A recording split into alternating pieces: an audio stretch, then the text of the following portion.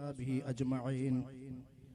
اللهم صل على محمد وعلى آل محمد كما صليت على إبراهيم وعلى آل إبراهيم إنك حميد مجيد.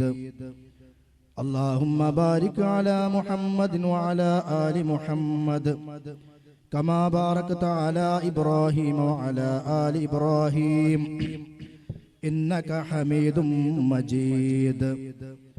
أما بعد فإن خير الكلام كلام الله وخير السنن سنن محمد صلى الله عليه وسلم وشر الأمور محدثاتها وكل محدثة بدعة وكل بدعة ضلالة وكل ضلالة في النار. أعوذ بالله من الشيطان الرجيم.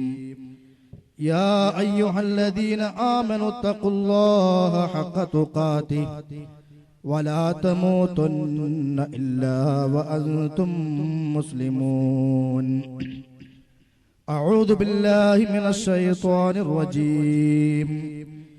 أم لهم شركاء شرعوا لهم من الدين ما لم يأذن به الله ولولا كلمة الفصل لقضي بينهم وإن الظالمين لهم عذاب أليم. ഏറെ ബഹുമാനമുള്ള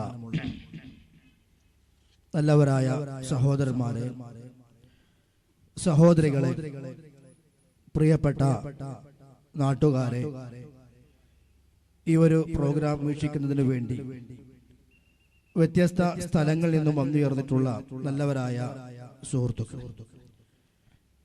സൂഫിസം, ത്വരീഖത്ത് ഇസ്ലാം എന്ന ഒരു പരമപ്രധാനമായ വിഷയത്തെ സംബന്ധിച്ചാണ് ഇന്ന് ഇൻഷാ അല്ലാഹ് ഇവിടെ ചർച്ച ചെയ്യാൻ പോകുന്നത്. ഒരു മുസ്ലിമിനെ സംബന്ധിച്ചിടത്തോളം അവന്റെ ദീനും അവന്റെ ആദർശവും വളരെ കൃത്യമായി എല്ലാ സന്ദർഭങ്ങളിലും കേട്ടുകൊണ്ടിരിക്കലും പഠിച്ചുകൊണ്ടിരിക്കലും അനിവാര്യമായ ഒരു കാര്യമാണ്. കാരണം ഓരോ കാലഘട്ടങ്ങളിലും വ്യത്യസ്തങ്ങളായ പിഴവിന്റെ മാർഗങ്ങൾ പലപ്പോഴും സമൂഹത്തിൽ കടന്നു വരാറുണ്ട്. എന്നിട്ട് ശരിയേത് തെറ്റേത് എന്ന് അറിയാതെ ശിർക്കിനെ തൗഹീദായും തൗഹീദിനെ ശിർക്കായും സുന്നത്തിനെ ബിദ്അത്തായും ബിദ്അത്തുകളെ സുന്നത്തായും എല്ലാം കണ്ട് അഹ്ലു സുന്നത്തി വൽ ജമാഅത്തിന്റെ ശരിയായ റൂട്ടിൽ നിന്ന് പലപ്പോഴും ആളുകൾ തെറ്റിപ്പോകാറുണ്ട്. അതുകൊണ്ട് തന്നെ ശരിയായ വഴിയിൽ ജനങ്ങളെ നിലനിർത്തുക എന്നുള്ള ലക്ഷ്യത്തോടുകൂടി പ്രാമാണികമായി ഇസ്ലാമിനെ പഠിപ്പിച്ചു കൊടുക്കൽ ബാധ്യതയായി നമ്മൾ മനസ്സിലാക്കുന്നു. അതോടൊപ്പം ഇസ്ലാമിന്റെ ആളുകളാണ് എന്ന് പറഞ്ഞുകൊണ്ട് സുന്നത്തി ജമാഅത്തിന്റെ വിശ്വാസങ്ങളും ആചാരങ്ങളുമാണ് ഞങ്ങൾ ചെയ്യുന്നത് എന്ന് വിശ്വസിച്ചുകൊണ്ട് പല തെറ്റായ മേഖലകളുടെയും പിറകെ പോകുന്ന ആളുകളെ നമുക്ക് കാണുവാൻ സാധിക്കും. അത്തരം വഴികളിൽ നിന്ന് അവരെ കൈപ്പിടിച്ച് ശരിയായ സിറാത്തുൽ മുസ്തഖീമിലേക്ക് കൊണ്ടുവരിക എന്നുള്ള ഇങ്ങനെയൊക്കെയുള്ള നല്ല ഉദ്ദേശങ്ങൾ വെച്ചുകൊണ്ടാണ് ഇത്തരം പ്രോഗ്രാമുകൾ സംഘടിപ്പിക്കുന്നത്. നേരത്തെ ഇവിടെ ആമുഖ ഭാഷണത്തിൽ സൂചിപ്പിക്കുകയുണ്ടായി, ഇസ്ലാം എന്ന് പറഞ്ഞാൽ അള്ളാഹുവിന്റെ മതമാണ്. ആ മതം അള്ളാഹു സുബ്ഹാനഹു വ തആല വഹയിലൂടെ വളരെ കൃത്യമായി നമ്മെ പഠിപ്പിച്ചു തന്നിട്ടുണ്ട്. അതുകൊണ്ട് എന്തൊന്നാണോ വഹയായി നമുക്ക് നൽകപ്പെട്ടിട്ടുള്ളത്, നമുക്ക് നൽകിയിട്ടുള്ളത്, അത് മാത്രമാണ് മതം. ഒരു വ്യക്തിക്കും തന്റെ ഇഷ്ടപ്രകാരം മതം എന്ന പേര് പറഞ്ഞുകൊണ്ട് പുതിയതായി ഒന്നും കൊണ്ടുവരാൻ അനുവാദമില്ല. അല്ലാഹു സുബ്ഹാനഹു വ തആല സ്വർഗത്തിലേക്കുള്ള നമ്മുടെ വഴികൾ എന്തെന്ന് പറഞ്ഞു തന്നു. ആ വഴികളാണ് നമ്മുടെ പ്രമാണം എന്ന് പറയുന്നത്. അതുകൊണ്ട് പ്രമാണങ്ങളിൽ എന്തുണ്ടോ അതൊക്കെ ദീനാണ്, പ്രമാണത്തിൽ എന്തില്ല അത് ദീനല്ല. വിശ്വാസികളോട് അല്ലാഹു സുബ്ഹാനഹു വ തആല പറയുന്നത്, ഇത്തബിഉ മാ ഉൻസില ഇലൈക്കും മിർ റബ്ബിക്കും, നിങ്ങളുടെ റബ്ബിന്റെ ഭാഗത്തു നിന്ന് എന്താണോ അവതരിപ്പിക്കപ്പെട്ടിട്ടുള്ളത് അത് നിങ്ങൾ പിൻപറ്റണം. അപ്പൊ ആ പിൻപറ്റലാണ് സ്വർഗത്തിലേക്കുള്ള മാർഗം. മൻ അത്വഅനി ദഖലൽ ജന്ന, വല്ലവനും എന്നെ അനുസരിച്ചാൽ അവൻ സ്വർഗത്തിൽ പ്രവേശിച്ചു. വമൻ അസ്വാനി ഫഖദ് അബാ, ആര് എന്നെ അനുസരണക്കേട് കാണിച്ചോ അവൻ എന്നോട് വിസമ്മതം കാണിച്ചു. ആ വിസമ്മതം കാണിച്ചവൻ നരകത്തിലേക്കാണ് എന്നാണ്. അപ്പൊ എങ്ങനെയാണ് നബി സല്ലല്ലാഹു അലൈഹി വസല്ലം പഠിപ്പിച്ച ആ മാർഗം മനസ്സിലാക്കാൻ സാധിക്കുക?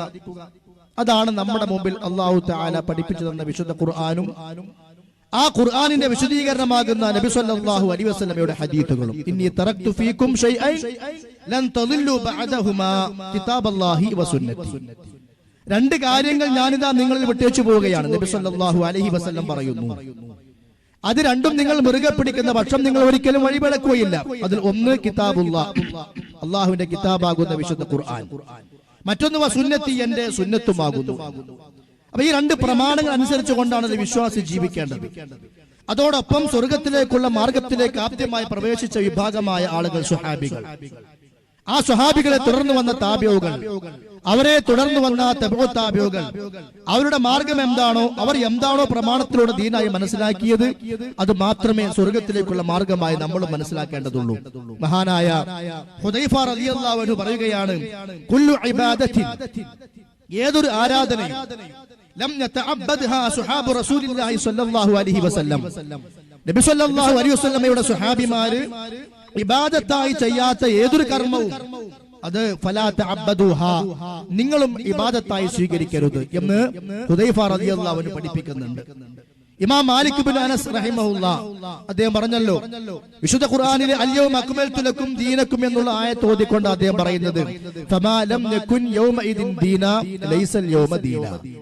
ഈ ആയത്തിറങ്ങുന്ന കാലഘട്ടത്തിൽ എന്തൊന്ന് മതം അല്ലയോ അത് ഇന്നും മതമല്ല. ഇതെന്നാ പറയുന്നത്?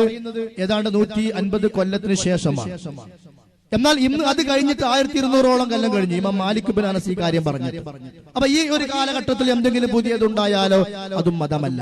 ഇത് എന്തിനാണ് പറഞ്ഞത് എന്ന് വെച്ചാൽ, പലപ്പോഴും സുന്നത്തി ജമാഅത്ത് എന്ന് പേര് പറഞ്ഞുകൊണ്ട് പുതിയ പുതിയ വിശ്വാസങ്ങളും പുതിയ പുതിയ ആചാര രീതികളും കർമാനുഷ്ഠാനങ്ങളുമായി കൊണ്ട് പലരും കടന്നു വരാറുണ്ട്.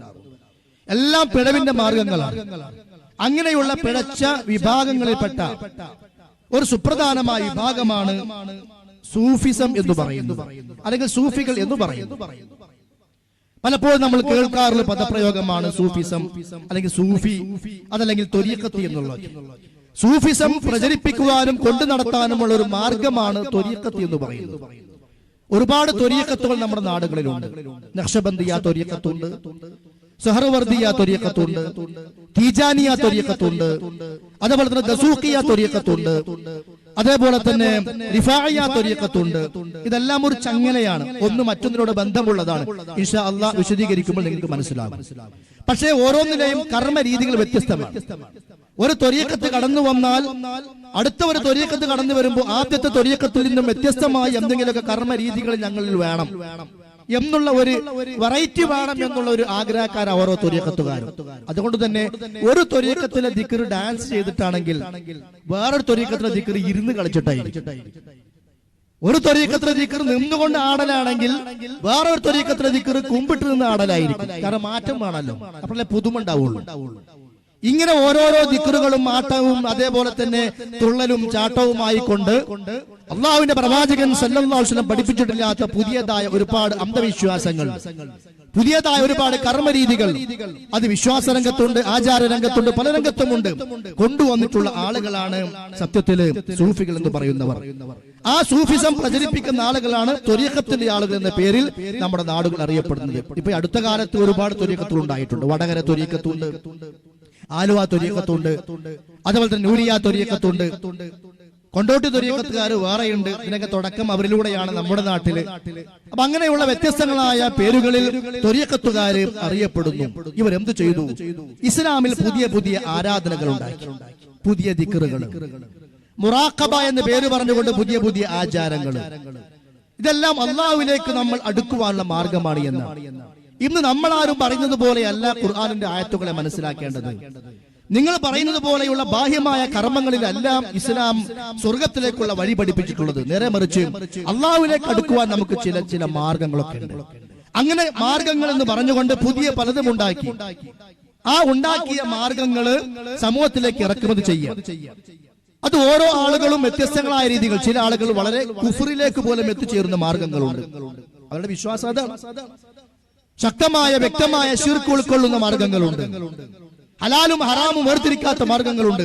ചില ത്വരീഖത്തിന്റെ ശൈഖന്മാര് കാണാൻ സ്ത്രീകൾ കൈ കൊടുക്കുന്നത്, സ്ത്രീകളെ മുത്തുന്നത് കാണാൻ സാധിക്കും. അതൊക്കെ ആ ത്വരീഖത്തിന്റെ ഭാഗമാണ്. ഇതൊന്നും ഇസ്ലാം അംഗീകരിക്കുന്ന കാര്യങ്ങളല്ല. അതുകൊണ്ട് സഹോദരന്മാരെ, നമ്മൾ മനസ്സിലാക്കേണ്ടത് സ്വർഗത്തിലേക്കുള്ള മാർഗം സ്വഹാബികളിലൂടെ നമ്മൾ എന്ത് മനസ്സിലാക്കിയോ അതാണ്. മാത്രമല്ല, ഇബാദത്ത് എന്ന് പറഞ്ഞാൽ ഓരോ ആളുകൾക്കും തോന്നിയതുപോലെ ഉണ്ടാക്കാൻ പറ്റുന്ന ഒന്നല്ല.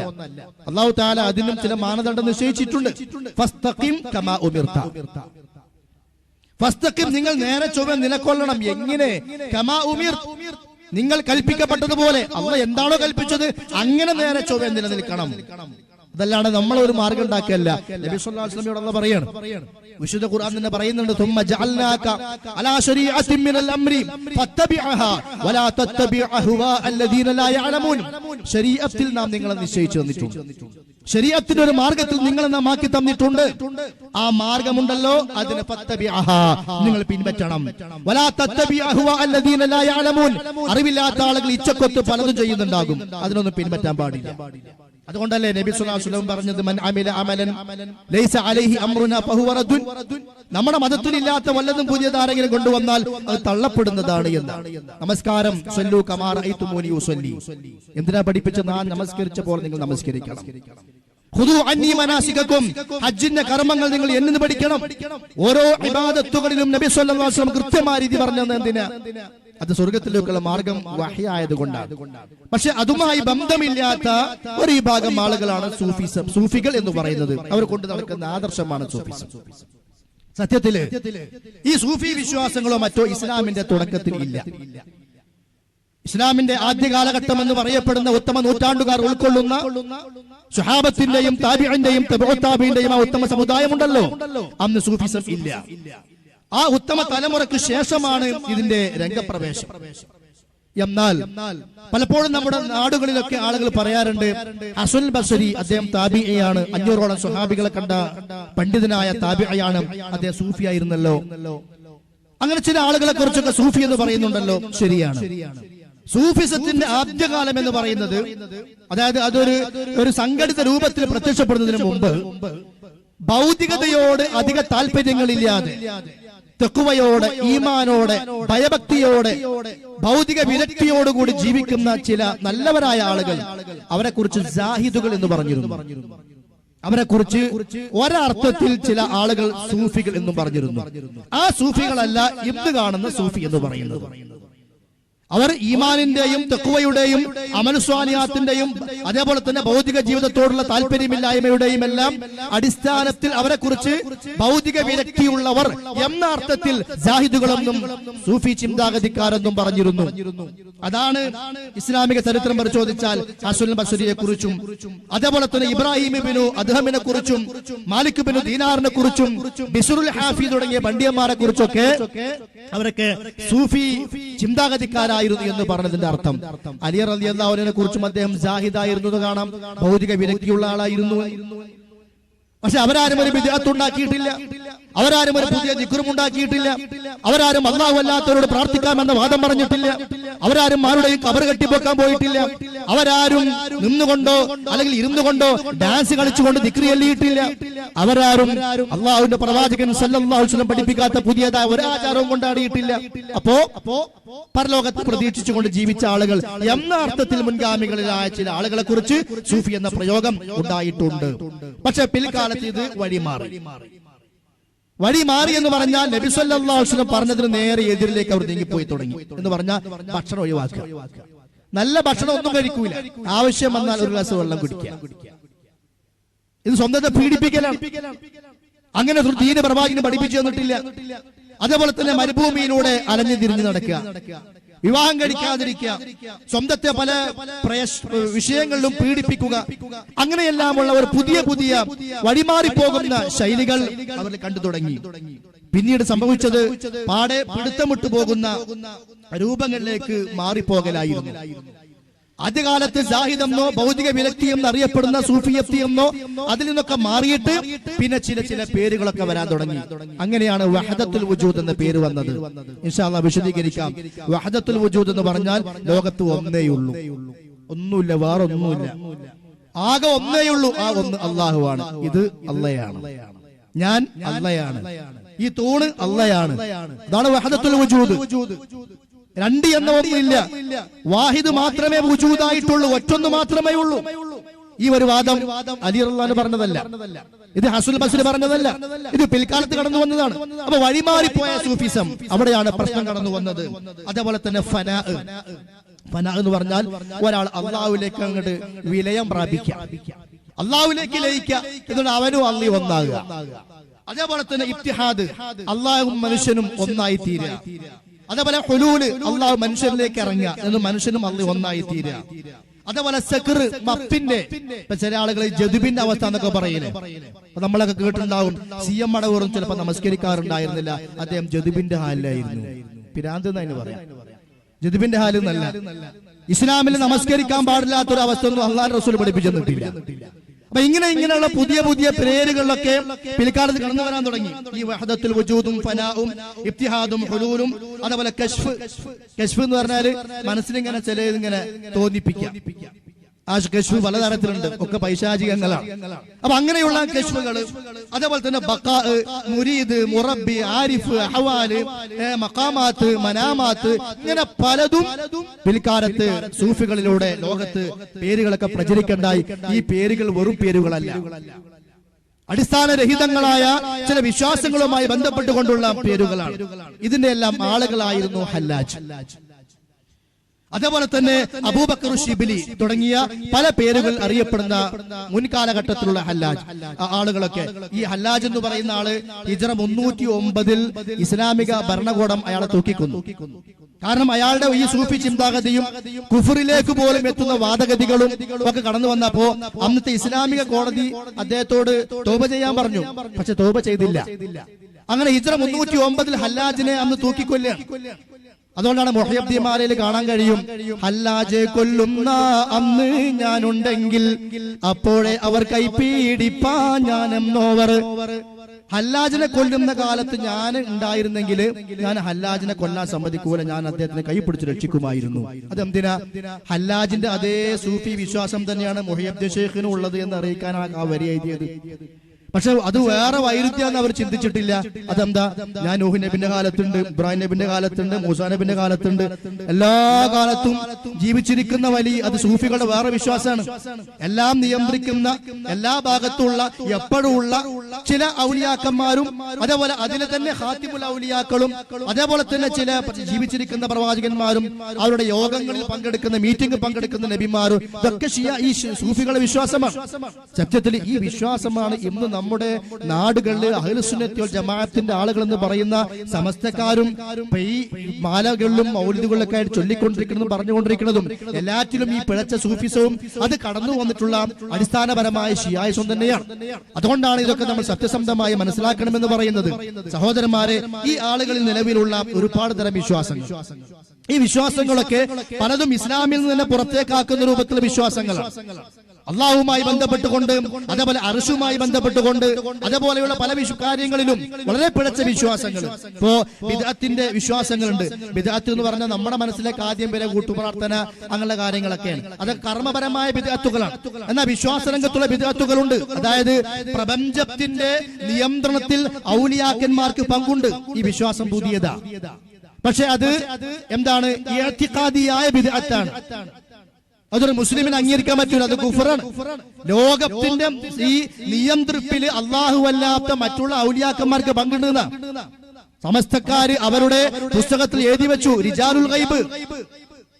അവർ പല സ്ഥലങ്ങളിലും യോഗം കൂടും, പല സ്ഥലങ്ങളിലും മീറ്റിംഗ് കൂടും. അപ്പൊ അവർ ഏത് ദിക്കിലാണോ മീറ്റിംഗ് കൂടുക, അന്ന് നമുക്ക് പറയാനുള്ള കാര്യങ്ങൾ ആ ഭാഗത്തേക്ക് തിരിഞ്ഞു നിന്നിട്ട് പറയണമെന്നാ. എന്നിട്ട് ഈ ഔലിയാക്കന്മാരെ വിളിച്ചു പ്രാർത്ഥിക്കാൻ വേണ്ടി പറയുന്ന ശിർക്കിന്റെ വിശ്വാസ സമസ്തക്കാരെ കൊണ്ടുവന്ന് ഇവിടുന്ന സൂഫികളിലൂടെ തന്നെയാണ്. അതേപോലെ തന്നെ ഖബറിന്റെ മുമ്പിൽ സുജൂദ്, മരിച്ചവരോടുള്ള പ്രാർത്ഥന, ഇതൊക്കെ വിശ്വാസപരമായിട്ടുള്ള ബിദ്അത്തുകളിൽ പെട്ടതാണ്. അതേപോലെ തന്നെ ബിദ്അത്തുൻ അമലിയ, കർമ്മപരമായ ബിദ്അത്തുകൾ. കർമ്മരംഗത്തുള്ള ഒരുപാട് ബിദ്അത്തുകളിലെ ഏറ്റവും സുപ്രധാനമായത് ഇവർ കൊണ്ടു നടക്കുന്ന ദിക്റുകളാണ്.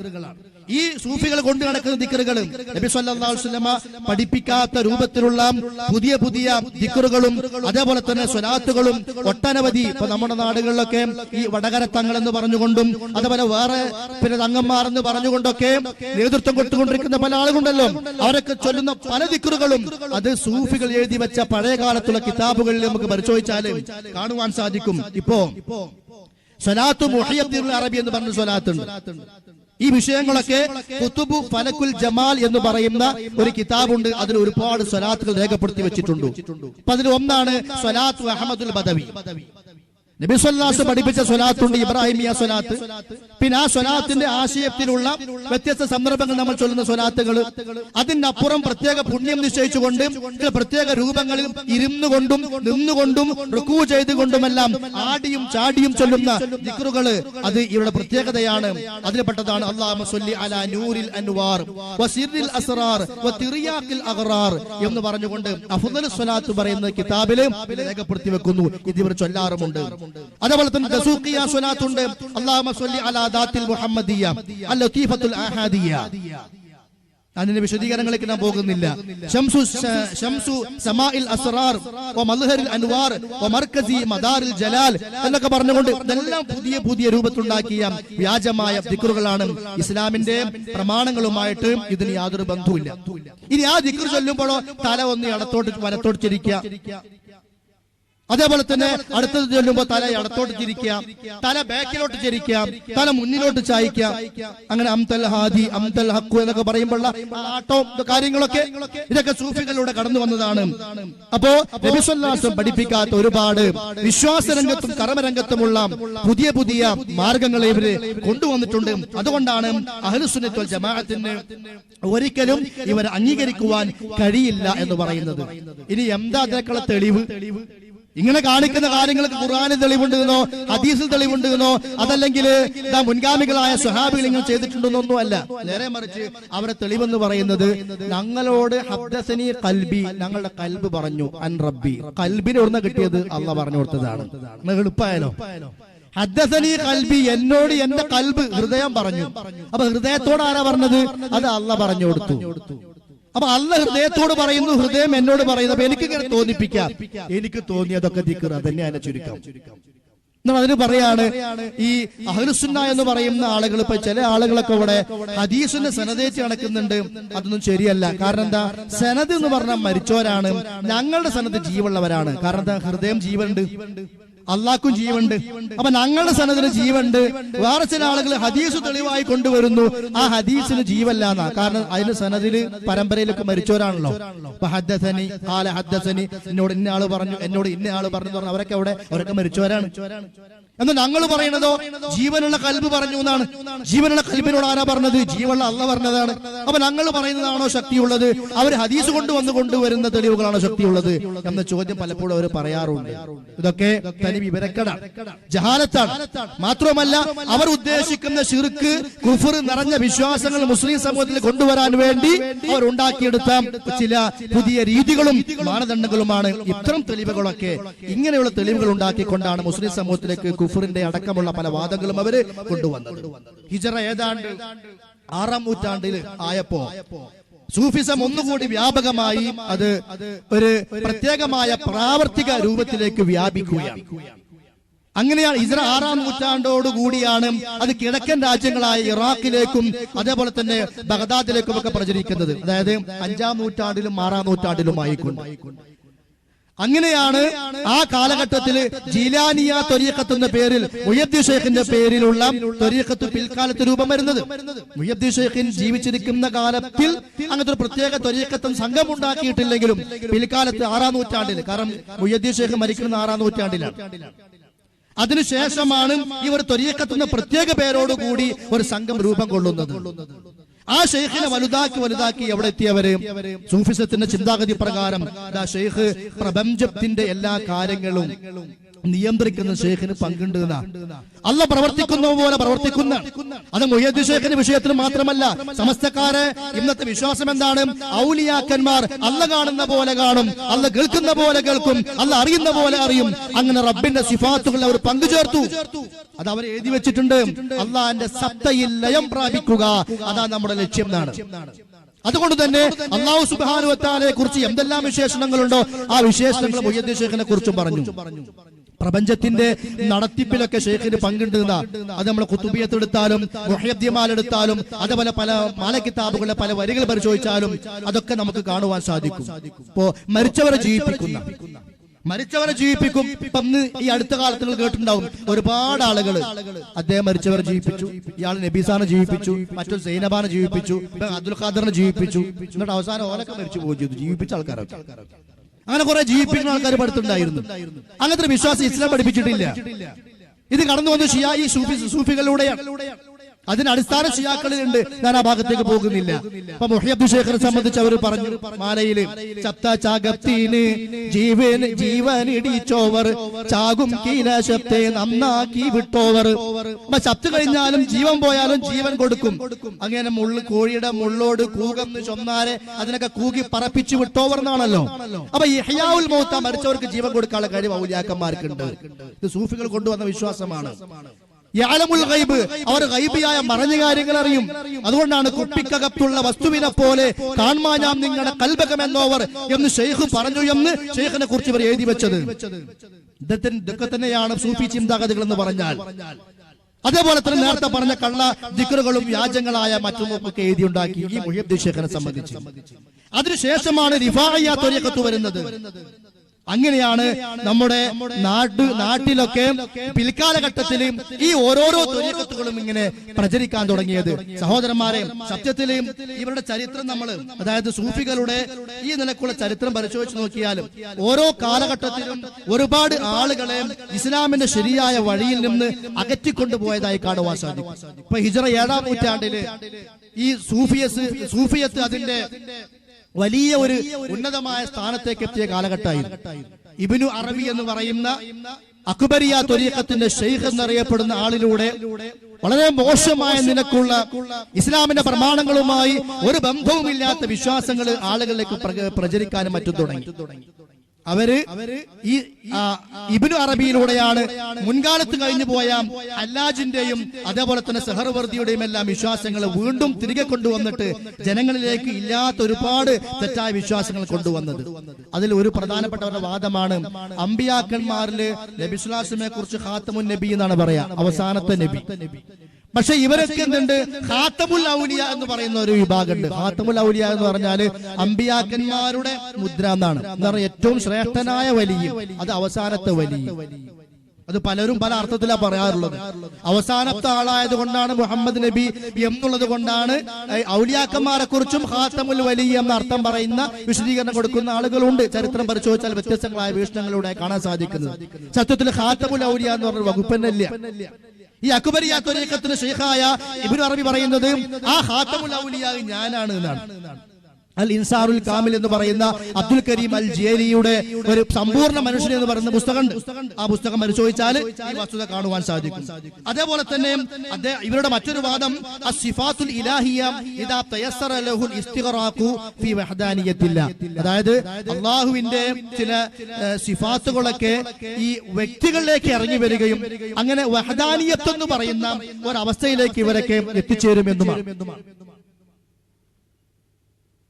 ഇത് അക്ബരിയ ത്വരീഖത്ത് എന്ന് പറയുന്ന ഇവർ തന്നെ എഴുതി വെച്ചിട്ടുള്ള ത്വരീഖത്തുൽ അക്ബരിയ എന്ന് പറയുന്ന പുസ്തകമാണ്. എന്താണ് ത്വരീഖത്ത് എന്നും ആ ത്വരീഖത്തിന്റെ ആവശ്യകതകൾ എന്താണ് എന്നും അക്ബരിയ ത്വരീഖത്ത് എന്താണ് എന്നും അക്ബരിയ ത്വരീഖത്തിന്റെ ഷെയ്ഖായ ഇബ്നു അറബി ഞാൻ ആരാണ് എന്നും ഒക്കെ വിശദമായി പറയുന്ന ഒരു പുസ്തകമാണിത്.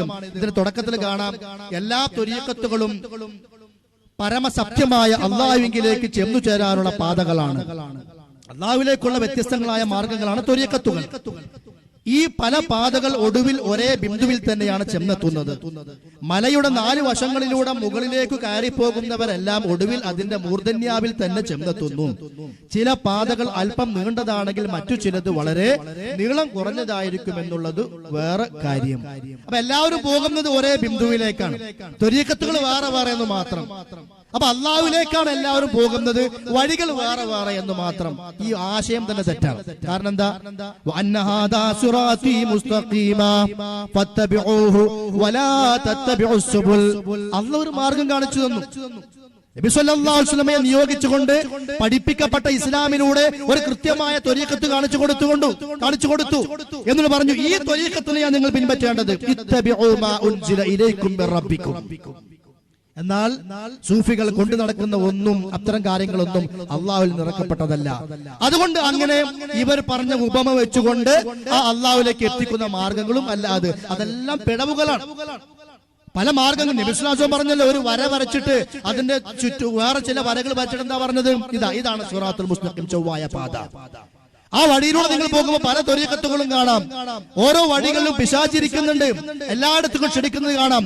നിങ്ങൾ അത് സ്വീകരിക്കാൻ പാടില്ല, നിങ്ങൾ നേരെ പോകണം. അതാ സിറാത്തുൽ മുസ്തഖീം. വേറെ ഒരു ത്വരീഖത്ത് നമുക്ക് വേണ്ട. വേറെ ത്വരീഖത്തിലൂടെ പോയാൽ ഒരിക്കലും അള്ളാഹുവിലേക്ക് എത്താൻ കഴിയില്ല. അള്ളാഹു തആല നമ്മുടെ ലക്ഷ്യമായി പറഞ്ഞ സ്വർഗ്ഗപ്രവേശനം അതൊരിക്കലും സാധ്യവുമല്ല.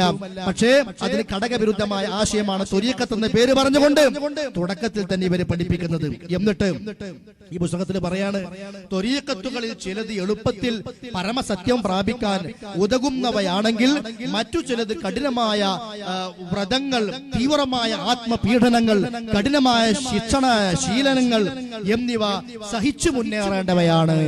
അങ്ങനൊന്നുമില്ല. ഇസ്ലാം പഠിപ്പിച്ച പ്രമാണത്തിൽ ചില മാർഗങ്ങളുണ്ട്, അത് നമ്മൾ സ്വീകരിച്ചാൽ മതി. എന്നാൽ ആ ത്വരീഖത്തിലെ വഴി കുറച്ച് പ്രയാസമുള്ളതാണ്, ഈ ത്വരീഖത്തിലെ വഴി കുറച്ച് എളുപ്പമുള്ളതാണ്, ആ ത്വരീഖത്തിൽ കുറച്ച് കഠിനമായ പീഡനം അനുഭവിക്കേണ്ടി വരും. ഇതൊന്നും ഇസ്ലാമുമായി ബന്ധമുള്ള കാര്യങ്ങളല്ല എന്ന് പറയാണ്. ശരീഅത്തിനെ ഒരു കപ്പലിനോട് ഉപമിക്കാം. എന്താണ് ത്വരീഖത്ത് പഠിപ്പിച്ചു തരികയാണ്. ശരീഅത്തിനെ നമുക്കൊരു കപ്പലിനോട് ഉപമിക്കാം. സംസാര സാഗരത്തിലൂടെ യാത്ര ചെയ്യാനുള്ള കപ്പലാണത്. അപ്പൊ നമ്മളൊക്കെ ഉള്ളത് ശരീഅത്തിലാണ്. ഒരു സാഗരത്തിലൂടെ, ഒരു കടലിലൂടെ യാത്ര ചെയ്യുന്ന ഒരു കപ്പല്, ആ കപ്പലാകുന്നു എന്ത്? ശരീഅത്ത്. പക്ഷേ ആ കപ്പലിലൂടെ നിങ്ങൾ ഇങ്ങനെ പോയത് കൊണ്ട് മാത്രം യഥാർത്ഥമായ ലക്ഷ്യത്തിലേക്ക് എത്തുകയില്ല. ഏതാ യഥാർത്ഥമായ ലക്ഷ്യം? നമ്മൾ യാത്ര ചെയ്യുന്നത് കടലിന് മുകളിലൂടെയാണല്ലോ കപ്പലില്. ആ കപ്പലിലൂടെ യാത്ര ചെയ്യുമ്പോൾ യാത്ര എന്നതിനപ്പുറം, അപ്പുറത്തേക്ക് എത്തുക എന്നതിനപ്പുറം കടലിനടിയിൽ കുറെ മുത്തുകളുണ്ട്, കുറെ ചിപ്പികളുണ്ട്, കുറെ വിലപിടിച്ചവയുണ്ട്. ആ വിലപിടിച്ചവ കിട്ടണമെങ്കിൽ ഈ കപ്പലിന്റെ ഉള്ളിൽ തന്നെ ഇരുന്നാല് കിട്ടൂല. എന്ന് പറഞ്ഞ ശരീഅത്ത് തന്നെ ഇരുന്നാല് പല വിലപ്പെട്ടതും കിട്ടൂല. അതിനെന്ത് ചെയ്യണം? ആ ശരീഅത്ത് അങ്ങോട്ട് ചാടണം. അതിന്റെ പേരാണ് ത്വരീഖത്ത്. മനസ്സിലായോ? ഇത് ഞാൻ പറഞ്ഞതല്ല, ഇവർ തന്നെ എഴുതി വെച്ചതാണ്. അപ്പൊ സംസാര സാഗരത്തിലൂടെയുള്ള ഒരു കപ്പലാണ് ശരീഅത്ത്. ഇനി കേട്ടോളൂ, ശരീഅത്താകുന്ന കപ്പലിൽ യാത്ര ചെയ്യുന്നത് സംസാര സാഗരത്തിലൂടെയാണ് എന്ന് പറഞ്ഞുവല്ലോ. ഈ സംസാര സാഗരത്തിൽ ഒരുപാട് പാതകളുണ്ട്, അവയിൽ പലതും പൈശാചികമാണ്. ആ പൈശാചിക പാതയിലൂടെയാണ് യാത്ര ചെയ്യുന്നതെങ്കിൽ ഈ ശരീഅത്താകുന്ന കപ്പലിൽ കയറിയത് കൊണ്ട് യാതൊരു ഫലവുമില്ല. ശരീഅത്താകുന്ന മതനിയമമാകുന്ന കപ്പലിൽ നിന്നതുകൊണ്ട് യാതൊരു കാര്യവുമില്ല. അപകടത്തിൽ തന്നെ ആയിരിക്കും ചെന്നു ചാടുക. ഈ സമുദ്രം തരണം ചെയ്ത് ലക്ഷ്യത്തിലെത്തണമെന്ന ആഗ്രഹമുണ്ടെങ്കിൽ ചില നിശ്ചിത പാതകളിലൂടെ സഞ്ചരിക്കണം. ആ പാതകളാണ് ത്വരീഖത്തുകൾ. അപ്പൊ ശരീഅത്തിൽ മാത്രം നിന്നാൽ കൃത്യമായ ലക്ഷ്യത്തിലേക്ക് എത്താൻ കഴിയൂല. നമ്മുടെ ആരിഫീങ്ങളും നമ്മുടെ സൂഫികളായ ഉലമാക്കളും കിബാറുകളും അതേപോലെ ചില ആളുകളൊക്കെ യഥാർത്ഥ ലക്ഷ്യത്തിലേക്ക് എത്തിയത് എങ്ങനെയാണ്? ഈ ശരീഅത്തിന് കുറച്ചങ്ങോട്ട് മാറിയിട്ട് വേറെ ചിലതിലേക്കൊക്കെ നീങ്ങി. അങ്ങനെയാ ചില ദിക്റുണ്ടാക്കിയത്, അങ്ങനെയാ ചില വിശ്വാസങ്ങൾ കടന്നു വന്നത്, അങ്ങനെയാ വേറെ ചില രൂപങ്ങൾ കടന്നു വന്നത്. ആ രൂപങ്ങളിലൂടെയൊക്കെയാണ് എന്ത് ചെയ്യുക? യഥാർത്ഥ ലക്ഷ്യത്തിലേക്ക് എത്താൻ സാധിക്കുക. അതിനാണ് ത്വരീഖത്ത് എന്ന് പറയുന്നത്. നോക്കൂ, ഈ അംഗീകൃത പാതകളാകുന്ന ത്വരീഖത്തുകളിലൂടെ സഞ്ചരിക്കുന്നവർക്കെല്ലാം തന്നെ സാക്ഷാൽ ലക്ഷ്യത്തിലേക്ക് എത്താൻ സാധിക്കുന്നു. ഇങ്ങനെ അള്ളാഹുവിന്റെ ദീനിനെ ഒരു വേറെ രൂപത്തിലേക്ക് ആക്കി മാറ്റി സ്വന്തം ഇഷ്ടപ്രകാരം പലതും ഉണ്ടാക്കിയിട്ട് അതിന് ത്വരീഖത്ത് എന്ന പേര് കൊടുക്കുന്ന ഒരു ശൈലിയാണ് ഇവർ സ്വീകരിച്ചിട്ടുള്ളത്. മാത്രമല്ല, ഇനി കേട്ടോളൂ, അള്ളാഹുവിലേക്കുള്ള മാർഗം ശരീഅത്തും ത്വരീഖത്തും ഹഖീഖത്തുമാകുന്നു. അപ്പൊ ആ ശരീഅത്ത് ശരിക്കും കിട്ടണമെങ്കിൽ എന്ത് വേണം? ത്വരീഖത്ത് കൂടി നീങ്ങണം എന്ന് പറഞ്ഞിട്ട് ശരീഅത്ത്, ത്വരീഖത്ത്, ഹഖീഖത്ത് എന്നൊക്കെ പേരുകൾ നൽകിക്കൊണ്ട് അവർ പലതും ഉണ്ടാക്കി. ഇതൊരിക്കലും ഇസ്ലാമികമല്ല. ഇതിന്റെ ആളായിരുന്ന പിന്നെ നേതാവായിരുന്നു ഇബ്നുൽ അറബി, ഷെയ്ഖുൽ അക്ബർ എന്നാണ് പറയാ, മുഹയ്യദ്ദീൻ ഇബ്നു അറബി. ഇയാൾ സ്വന്തമായി ഉണ്ടാക്കിയ ത്വരീഖത്താണ് ഈ ത്വരീഖത്തുൽ അക്ബരിയ. എന്നിട്ട് എന്താണ് ത്വരീഖത്തുൽ അക്ബരിയ എന്ന് അയാൾ വിശദീകരിക്കുകയാണ്. ഈ ത്വരീഖത്ത് ബാഹ്യമായ 4 കാര്യങ്ങളിലും ആന്തരികമായ 5 കാര്യങ്ങളിലും അധിഷ്ഠിതമാണ്. ബാഹ്യമായ 4 കാര്യങ്ങൾ ഇവയാണ്: 1 മൗനവ്രതം, 2 ഏകാന്ത ജീവിതം, 3 വിശപ്പ് നിദ്രയെ, 4 നിദ്ര ഇവയെ ത്യജിക്കൽ.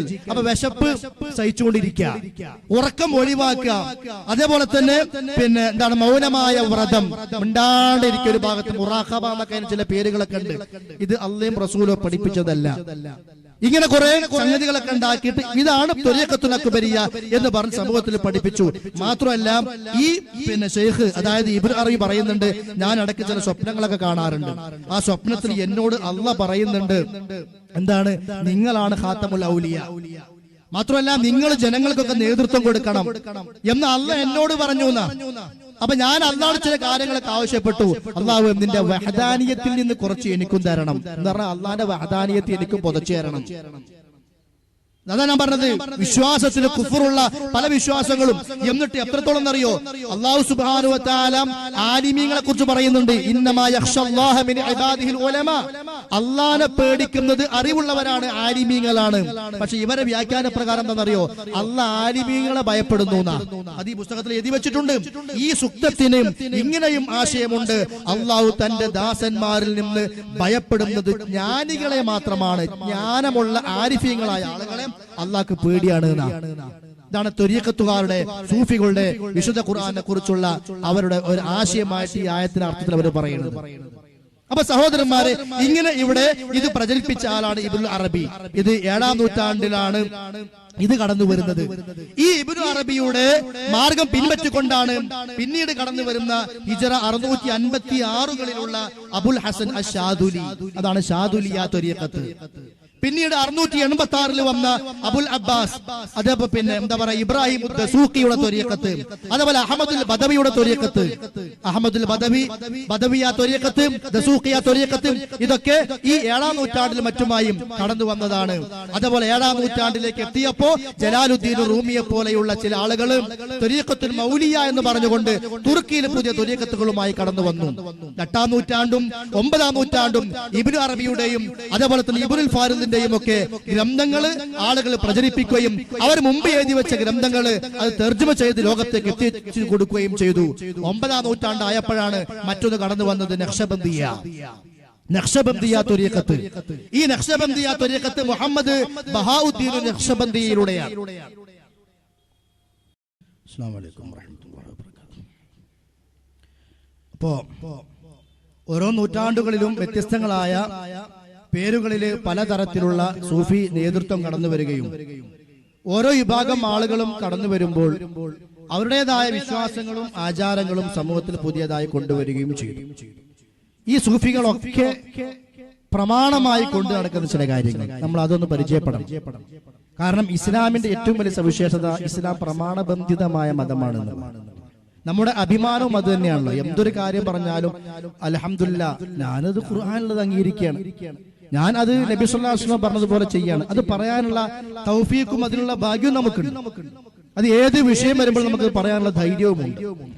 എന്നാൽ ത്വരീഖത്ത് എന്ന് പറയുന്നത്, സൂഫിസം എന്ന് പറയുന്നത് ഒന്നും പ്രമാണബന്ധിതമായി സമൂഹത്തോട് പറയാൻ കഴിയുന്ന കാര്യങ്ങളല്ല. അവരുടെ പ്രമാണങ്ങൾ തന്നെ വേറെയാണ്. ആ പ്രമാണങ്ങൾ ഒന്നാണ് കശ്ഫ്.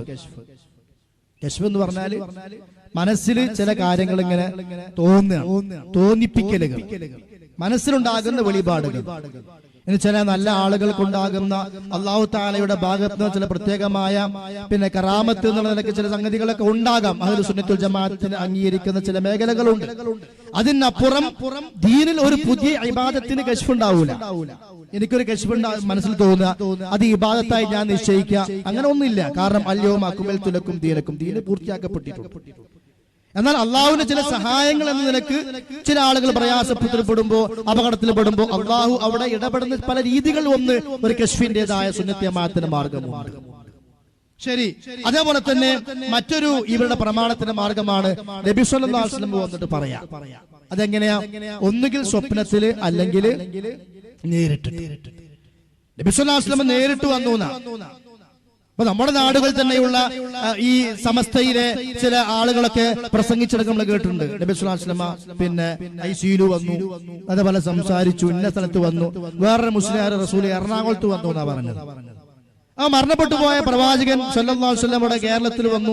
സംഗതി ഒക്കെ പല ആളുകളും പല ഭാഗത്തും കൊണ്ടുവരുന്നുണ്ട്. എവിടൊക്കെ പൈശാചികതകളുണ്ടോ അവിടൊക്കെ അങ്ങനെ കൊണ്ടുവരാൻ സാധിക്കും.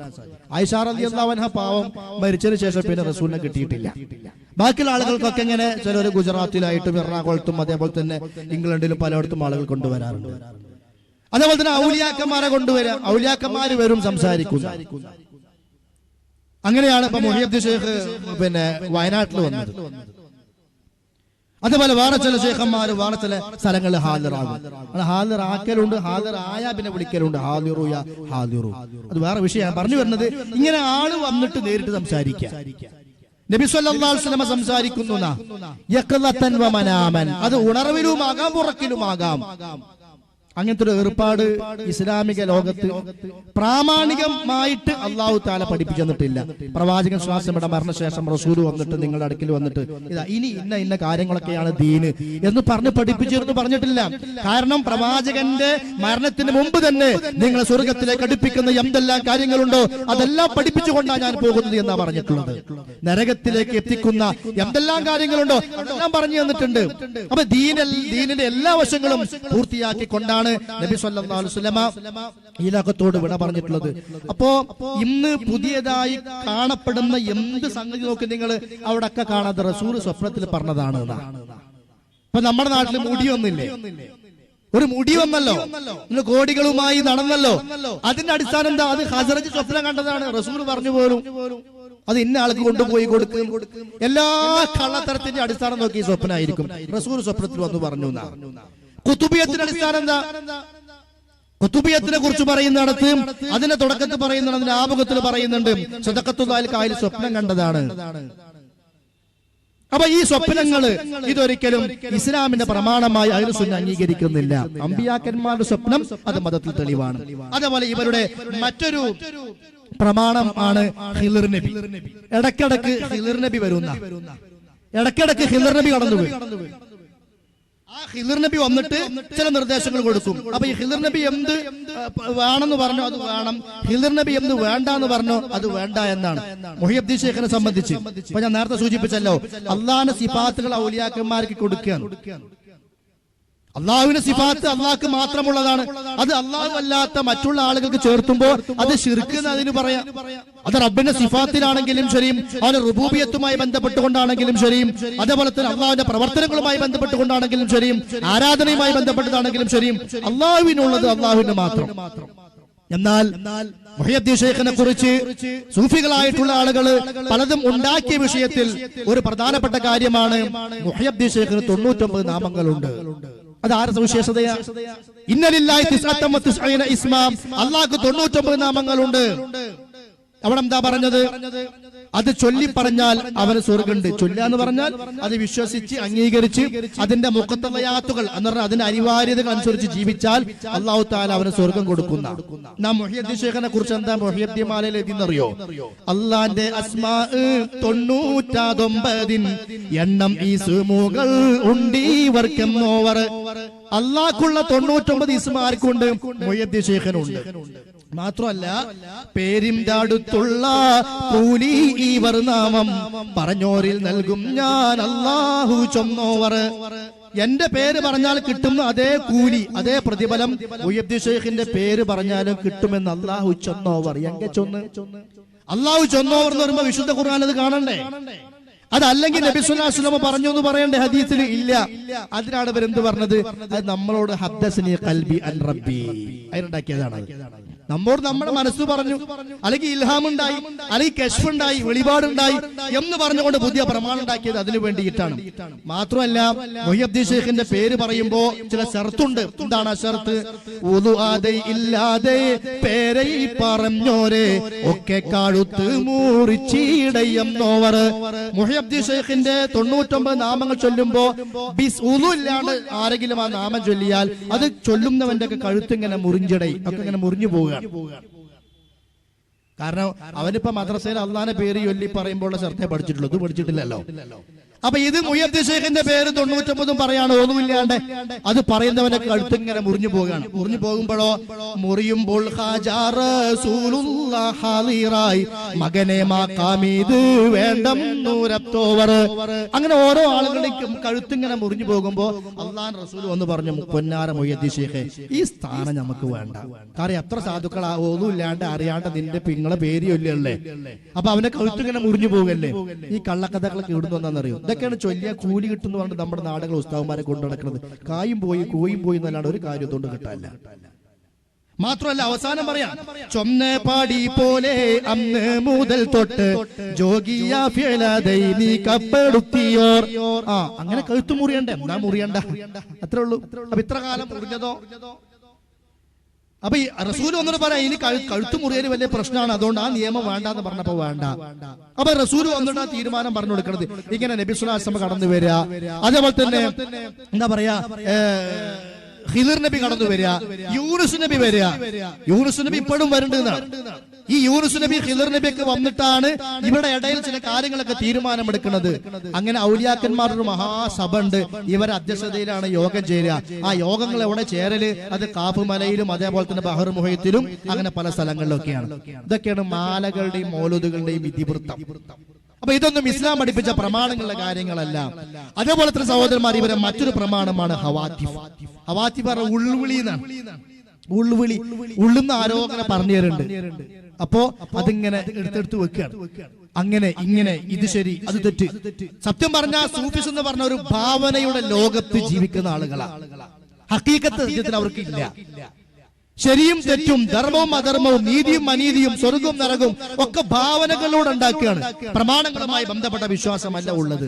അതേപോലെ തന്നെ കശ്ഫുൽ ഹിസ്സി എന്ന് പറഞ്ഞാല് ഒക്കെ ഉള്ളുന്നുണ്ടാകുന്ന തോന്നലുകൾ തന്നെ, പുറത്ത് പ്രമാണങ്ങളുമായി ബന്ധപ്പെട്ടിട്ടൊന്നുമില്ല. അപ്പൊ ഇങ്ങനെയുള്ള ചില മാനദണ്ഡങ്ങളൊക്കെ അടിസ്ഥാനമാക്കിക്കൊണ്ടാണ് അവരുടെ വിശ്വാസം അവർ പഠിപ്പിച്ചുകൊണ്ടിരിക്കുന്നത്. അതേപോലെ തന്നെ സ്വപ്നങ്ങള്, ഈ വിശ്വാസങ്ങളുടെ പേരിൽ പലതും ഉണ്ടാക്കിയപ്പോ സംഭവിച്ചത് എന്താ? ഇസ്ലാമിന്റെ അടിസ്ഥാനപരമായ ലാ ഇലാഹ ഇല്ലല്ലാഹയിൽ പോലും അബദ്ധം സംഭവിച്ചു. ലാ ഇലാഹ ഇല്ലല്ലാഹയിൽ അബദ്ധം സംഭവിച്ചാൽ പിന്നെ ഒരു മുസ്ലിമിന്റെ കാര്യം പറയാനല്ലോ. ഏതൊരു സാധാരണക്കാരനായ മനുഷ്യനും അറിയാവുന്ന കാര്യമല്ല. ലാ ഇലാഹ ഇല്ലല്ലാഹ് എന്ന് പറഞ്ഞാൽ എന്താ? പ്രാർത്ഥനക്ക് അർഹൻ അല്ലാഹു അല്ലാതെ, ആരാധനക്ക് അർഹൻ അല്ലാഹു അല്ലാതെ മറ്റൊരാളുമില്ല. പ്രാർത്ഥന എന്ന് പറയാനുള്ള കാരണം ആരാധനയിലെ മുഖ്യമായ ഘടകം പ്രാർത്ഥനയാണ്. എന്നാൽ കലിമന്റെ അർത്ഥം ഇതൊന്നുമല്ല. അതിന് പല ഘടകങ്ങളുണ്ട്, പല തട്ടുകളുണ്ട്. ആ തട്ടുകൾ എങ്ങനെയാ കേട്ടോളൂ. ഇവര് പറയാണ് ഇത് വഹദത്തുമാല വ്യാഖ്യാനമാണ്. ഈ വഹദത്തുമാല വ്യാഖ്യാനത്തിൽ പറയുന്നത് ലാ ഇലാഹ ഇല്ലല്ലാഹ് എന്ന് പറഞ്ഞാല് കലിമയുടെ 3 അർത്ഥങ്ങൾ ഉണ്ടെന്ന് പറഞ്ഞിട്ട് പറയാം. ഒരർത്ഥം എന്താണ്? അവയുടെ വിശദീകരണങ്ങളും മറ്റും ഒരു പുസ്തകത്തെ കുറിച്ച് പരിചയപ്പെടുത്താണ്, പുസ്തകത്തിലുണ്ട് എന്നാണ്. എന്നിട്ട് പറയുന്നു അത് ഇങ്ങനെ സംഗ്രഹിക്കാം. സാധാരണക്കാരനായ ഒന്നാമത്തെ ദശക്കാർ മനസ്സിലാക്കേണ്ട അർത്ഥം, സാധാരണക്കാർക്ക് ഒരർത്ഥം. അതെന്താ? അല്ലാഹു അല്ലാതെ സാക്ഷാൽ ആരാധ്യൻ വേറെ ഇല്ലെന്നത് തന്നെ. അതാണ് ഒരർത്ഥം, സാധാരണ ആളുകൾക്കുള്ള അർത്ഥം ലാ ഇലാഹ ഇല്ലല്ലാഹയുടെ. ഇത് കഴിഞ്ഞു കഴിഞ്ഞാലോ കലിമക്ക് തസവൂഫിന്റെ 1ാമത്തെ ദശയിൽ, ഈ ദശയിലാണ് സാധാരണക്കാരെല്ലാം സ്ഥിതി ചെയ്യുന്നത്. അപ്പൊ നമ്മൾ സാധാരണ ആളുകളൊക്കെ ഈ 1ാമത്തെ ദശയിലാണുള്ളത്. ആരാധനക്കർഹനായ അള്ളാഹു മാത്രമേ ഉള്ളൂ എന്നുള്ള അർത്ഥം. ശരി, പിന്നെ പറയാണ് അവർക്ക് ഈ അർത്ഥമേ ഗ്രഹിക്കാനും തലച്ചോറുള്ളൂ, അതിലപ്പുറം ഗ്രഹിക്കുവാനും അവർ വളർന്നിട്ടില്ല. പിന്നെയും മുന്നേറി ആധ്യാത്മിക യാത്രയുടെ ഒരു മൈൽക്കുറ്റി പിന്നിട്ടവർക്ക് 2ാമത്തെ അർത്ഥം ദഹിക്കൂ. 2ാമത്തെ അർത്ഥമുണ്ട്. അതെന്താ? തസവൂഫിന്റെ ഒരു പടി കൂടി കയറിപ്പോയ ആളുകൾക്ക് അവർക്ക് മനസ്സിലാകുന്ന ഒരു അർത്ഥമുണ്ട്. അതാണ് ലാ ഇലാഹ ഇല്ലല്ലാഹു, അല്ലാഹു അല്ലാതെ ലക്ഷ്യമില്ല. ഇങ്ങനൊരു അർത്ഥം നബി സ്വല്ലല്ലാഹു അലൈഹി വസല്ലം സ്വഹാബത്തിന് പഠിപ്പിച്ചു കൊടുത്തിട്ടില്ല. അപ്പൊ പിന്നെ അർത്ഥം എവിടുന്നാ കിട്ടിയത്? അതിനാണ് കശ്ഫും അതേപോലെ ഇൽഹാമും നേരത്തെ പറഞ്ഞ ഹദ്ദസ്നി ഖൽബി, ഹൃദയം പറഞ്ഞു തന്നു എന്നുള്ള ആ കാരണങ്ങളൊക്കെ അവർ ഉണ്ടാക്കി വെച്ചത്. ശരി, എന്നിട്ട് പറയാണ് എന്തിനാ ജീവിതം? ജീവിതം ലക്ഷ്യം ഒന്ന് മാത്രം. അതേത്? സുഖിക്കലോ അല്ല, സമ്പാദിക്കലോ അല്ല, ദാമ്പത്യമോ ഒരിക്കലുമല്ല, സന്താനലബ്ധിയോ അതുമല്ല, നരകത്തിൽ നിന്നുള്ള രക്ഷപ്പെടലാണോ അതുമല്ല. കണ്ടോ? ജീവിത ലക്ഷ്യം പറയാണ്. ജീവിത ലക്ഷ്യം എന്താണ്? നരകം. മറ്റൊക്കെ ഭൗതികപരമായ കാര്യങ്ങളാന്ന് വെക്കാം, ഓക്കെ, സമ്മതിച്ചു. പിന്നെ പറയാണെന്ത്? നരകത്തിൽ രക്ഷപ്പെടലാണോ? അല്ലേ അല്ല. സ്വർഗം നേടലോ? അതുമല്ല. സ്വർഗം നേടലും നരകത്തിൽ രക്ഷപ്പെടലും അതല്ല ജീവിത ലക്ഷ്യം എന്നാണ് ഇവർ പറയുന്നത്. ലാ ഇലാഹ ഇല്ലല്ലാഹയുടെ 2ാമത്തെ മാന പറയുമ്പോ ഖുർആൻ പഠിപ്പിച്ചത് എന്താ? ഫമൻ സുഹ്സിഹ അനിന്നാർ വഉദ്ഖിലൽ ജന്നത ഫഖദ് ഫാസ്. അതല്ലേ ലക്ഷ്യം? വല്ലവനും സ്വർഗത്തിലേക്ക് എത്തിച്ചേരുകയും നരകത്തിൽ രക്ഷപ്പെടുകയും ചെയ്താൽ അവൻ വിജയിച്ചു. അത് ലക്ഷ്യമായി ഇസ്ലാം പഠിപ്പിച്ചതാണ്. എന്തിനാണ് ആരാധനകള്? എന്തിനാ തിന്മകൾ ഒഴിവാക്കുന്നത്? സ്വർഗപ്രവേശനത്തിനും നരകത്തിൽ രക്ഷപ്പെടാനും വേണ്ടി. പക്ഷേ സൂഫികളുടെ വിശ്വാസം അനുസരിച്ചുകൊണ്ട് മനുഷ്യന്റെ കർമ്മങ്ങളുടെ ലക്ഷ്യം ഒരിക്കലും സ്വർഗപ്രവേശനമാകരുത്. അത് ലക്ഷ്യമായി കാണാൻ പറ്റില്ല. നരകമോചനം ലക്ഷ്യമായി കാണാൻ പറ്റില്ല. ശരി, പിന്നെ എന്താണ് അള്ളാഹുവിനെ നേടൽ, അള്ളാഹനെ നേടുക. അതുമാത്രമാണ് ജീവിത ലക്ഷ്യം. അത് നേടുന്നത് വരെ വിശ്രമമില്ല. ലാ ഇലാഹ ഇല്ലല്ലാഹു, അല്ലാഹു അല്ലാതെ ലക്ഷ്യമില്ല. ഇതാണ് രണ്ടാമത്തെ ദശയിലുള്ള പുണ്യാത്മാക്കളുടെ അർത്ഥം. ഇത് ഒന്നാമത്തെ ദശക്കാർക്ക് ദഹിക്കില്ല എന്ന് പറഞ്ഞാൽ മനസ്സിലാവൂല. അപ്പൊ ഒന്നാമത്തെ ഘട്ടത്തിലുള്ള ആളുകൾക്ക് മനസ്സിലാകാത്തൊരു മാന ഏതിനുണ്ട്? ലാ ഇലാഹ ഇല്ലല്ലാഹ് രണ്ടാമത്തെ ദശയിലുള്ള ഘട്ടത്തിലുള്ള ആളുകൾക്കുണ്ട്. ഇത് ഇസ്ലാമല്ല. ഇസ്ലാമിൽ അല്ലാഹു തആല നമ്മളെ ഏത് വിശ്വാസവും പഠിപ്പിച്ചു വിട്ടപ്പോഴും അള്ളാന്റെ പ്രവാചകൻ സ്വല്ലല്ലാഹു അലൈഹി വസല്ലം അവസാനം പറഞ്ഞ കാര്യം എന്താ? തറക്തുകും അലൽ മഹജ്ജത്തിൽ ബൈളാഇ ലൈലുഹാ കനഹാരിഹാ. രാവ് പോലെ പകല് പോലെ അതിന് രാത്രി പോലെ സുവ്യക്തമാണ്. ഇന്നത് മനസ്സിലായില്ല, ഇന്നത് വ്യക്തമായില്ല, ഇന്ന ആൾക്ക് ബോധ്യപ്പെട്ടില്ല, അങ്ങനത്തെ ഒന്നുമില്ല. എല്ലാ സുന്ദരമായ നേർപ്പാതയിലാണ് നിങ്ങൾ നാം വിട്ടേച്ച് പോയിട്ടുള്ളത്. സ്വഹാബികളോട് ആരും പ്രവാചകൻ സ്വല്ലല്ലാഹു അലൈഹി വസല്ലം നിങ്ങൾക്ക് ഇപ്പൊ ലാ ഇലാഹ ഇല്ലല്ലാഹ് മനസ്സിലാവൂല, അതിന് കുറച്ച് കഴിയണമെന്ന് പറഞ്ഞിട്ടില്ല. അത് പറയൂല. കാരണം എന്താ? ലാ ഇലാഹ ഇല്ലല്ലാഹ് ആദ്യം തന്നെ മനസ്സിലായത് കൊണ്ടാണ് ബാക്കിയുള്ള എല്ലാ തിന്മകളും അവർ ഒഴിവാക്കിയത്. അപ്പൊ സൂഫികൾ പറയുന്ന ഈ ആശയം ഇസ്ലാമിന് അന്യമാണ്, ഇസ്ലാമിന്റെ തൗഹീദുമായി ഒരു ബന്ധവുമില്ല. ഇതാണ് രണ്ടാമത്തെ മാന. മൂന്നാമത്തൊരു ഘട്ടം കൂടിയുണ്ട് ലാ ഇലാഹ ഇല്ലല്ലാഹ്. അത് കേട്ടോളൂ. രണ്ടാം ദശക്കാർ പിന്നെയും മുന്നേറി മൂന്നാമത്തെ ദശയിലെത്തുമ്പോൾ കലിമയുടെ അർത്ഥം പിന്നെയും മാറുന്നു. കലിമക്കൊരു അർത്ഥം മാറലില്ല.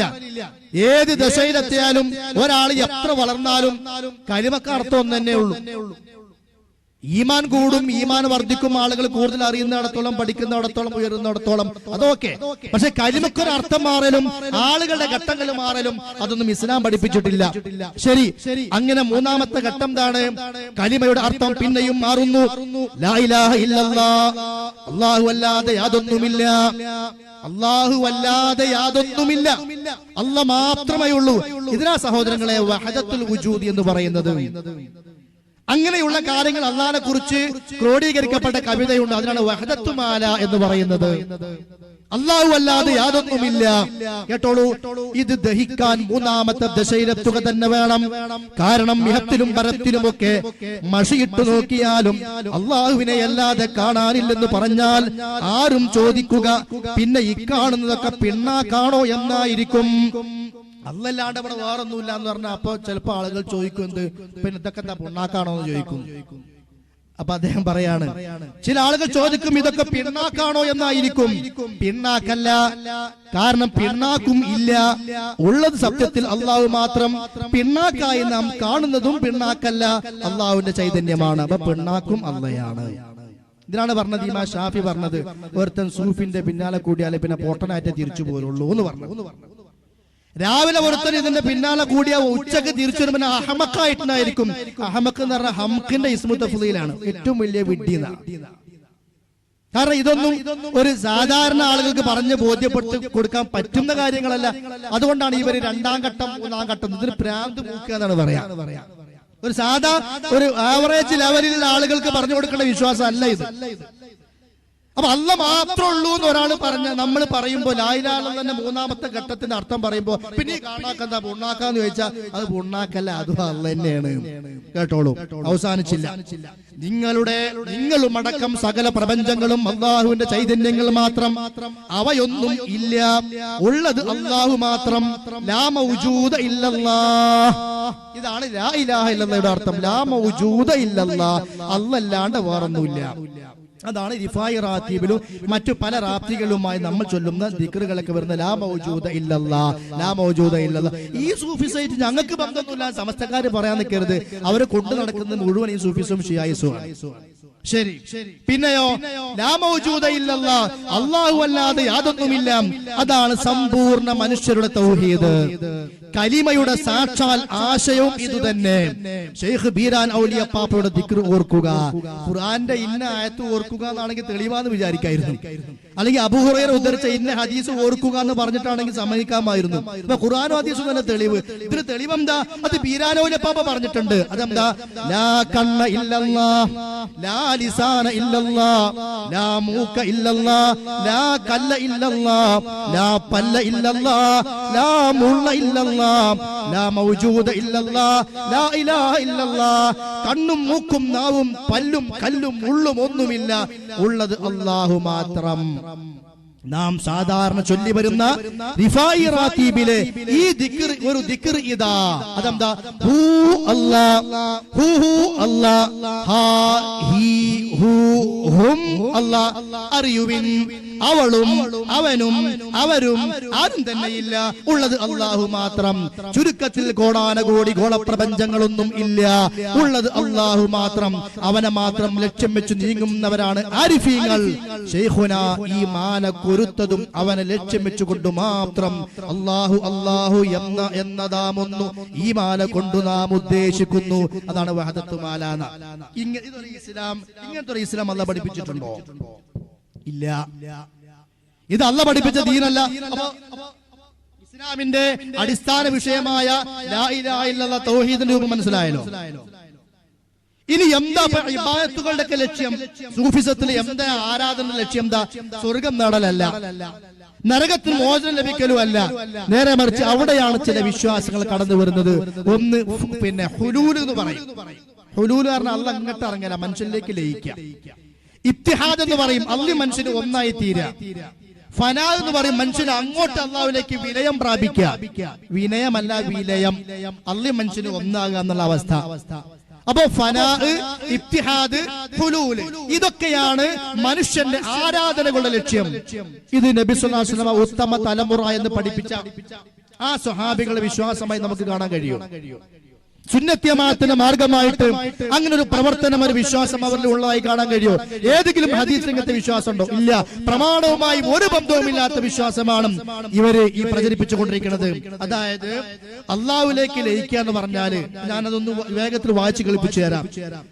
മനുഷ്യന് അള്ളാഹുവിലേക്ക് ലയിക്കണം, അള്ളാഹുവിലേക്ക് ഫനാ പ്രാപിക്കണം, അള്ളാഹുവിനെ നേടുക. അതാണ് ജീവിതത്തിന്റെ ലക്ഷ്യം, അതാണ് ആരാധനകളുടെ ലക്ഷ്യം. പക്ഷേ പെട്ടെന്ന് ഒരാൾക്ക് അള്ളാഹിനെ നേടാൻ കഴിയില്ല, അള്ളാഹുവിലേക്ക് അങ്ങോട്ട് ചേരാൻ കഴിയില്ല. അതിന് 3 ഘട്ടങ്ങളുണ്ട്. ഒന്നാമത്തെ ഘട്ടം എന്താണ്? ഷെയ്ഖിൽ ഫനാ, ഷെയ്ഖിലേക്ക് ലയിക്കണം. ഷെയ്ഖും ഞാനും ആദ്യം ഒന്നാകണം. അതിനാണ് ഇവരിൽ ഒരു മുരീദും മുറബ്ബിയായ ഷെയ്ഖും. ആ മുറബ്ബിയായ ഷെയ്ഖ് മുരീദിനോട് എന്ത് പറഞ്ഞാലും കേട്ടോളണം. ഷെയ്ഖ് മുരീദ് എന്ന രണ്ടില്ല, രണ്ടും ഒന്ന് തന്നെയാണ്. അതുകൊണ്ട് തന്നെ ഷെയ്ഖ് എന്ത് കൽപ്പിച്ചാലും മുരീദ് കേട്ടോളണം. അങ്ങനത്തെ ചില നിയമങ്ങളൊക്കെ ഉണ്ട്. അപ്പൊ ഏതായാലും ഷെയ്ഖിലേക്ക് അങ്ങോട്ട് ഫനാ പ്രാപിക്കുക എന്ന് പറഞ്ഞാൽ എന്താണ്? മുരീദ് ആദ്യം ഷെയ്ഖിലും, ഇത് ഷെയ്ഖിന് കീഴിൽ മുരീദിൻ മുറാഖബ എന്ന് പറയുന്ന ഇവരുടെ മറ്റൊരു പുസ്തകമാണ്. ഇതിൽ പറയുന്നത് മുരീദ് ആദ്യം ഷെയ്ഖിലും പിന്നെ മുത്തുനബിയിലും ഒടുവിൽ അള്ളാഹുവിലും ഫനാ പ്രാപിക്കൽ എങ്ങനെ? ഒന്നാമതായി ഷെയ്ഖിൽ ഫനായെ കുറിച്ച് ചിന്തിക്കാം. ഫനാ എന്നാൽ വിലയം പ്രാപിക്കലാണ്.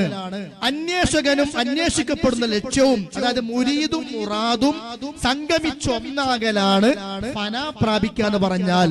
പിന്നെ രണ്ടില്ല, ഒന്നേയുള്ളൂ എന്ന അവസ്ഥ വരും. ഇവിടെയാണ് പല തിന്മകളും ഈ സൂഫികളുടെ കാര്യത്തിലൊക്കെ പറയാറുണ്ട്. അതിപ്പോ ആൾക്കാരെ മുമ്പിൽ നിന്ന് പറയാൻ പറ്റൂല. എന്റെ ഭാര്യന്റെ അടുത്തേക്ക് ഒരു ഷെയ്ഖ് പോവുക,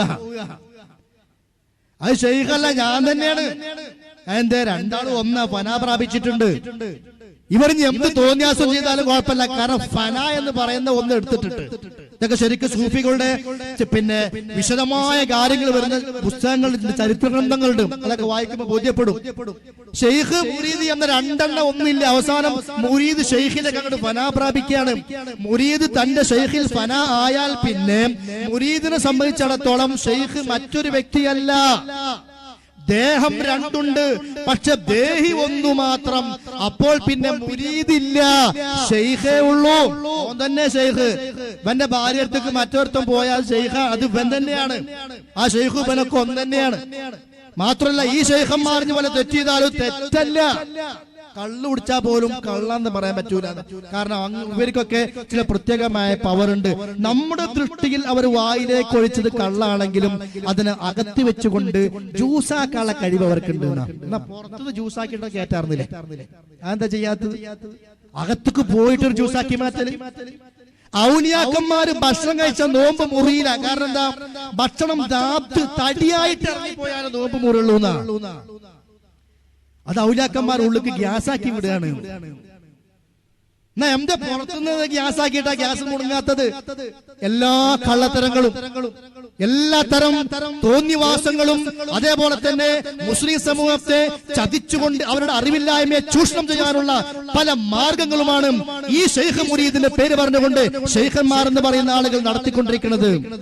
അല്ലേ? അത് ഏത് വടകര ഷെയ്ഖാണെങ്കിലും ശരി, ആലുവ ഷെയ്ഖാണെങ്കിലും ശരി, എവിടത്തെ ഷെയ്ഖാണെങ്കിലും ശരി, അവന്മാരൊക്കെ പറയുന്ന ചില കാര്യങ്ങൾ ആ മുരീദ് നടത്തിക്കൊടുത്തോളം. കാരണം ഷെയ്ഖിലേക്ക് ഫനാ പ്രാപിക്കുകയാണ്. ഇതേവരെ വിശ്വാസം നമ്മൾ എന്തെങ്കിലും പറയല്ല, ഇവർ എഴുതി വെച്ചതാണ്.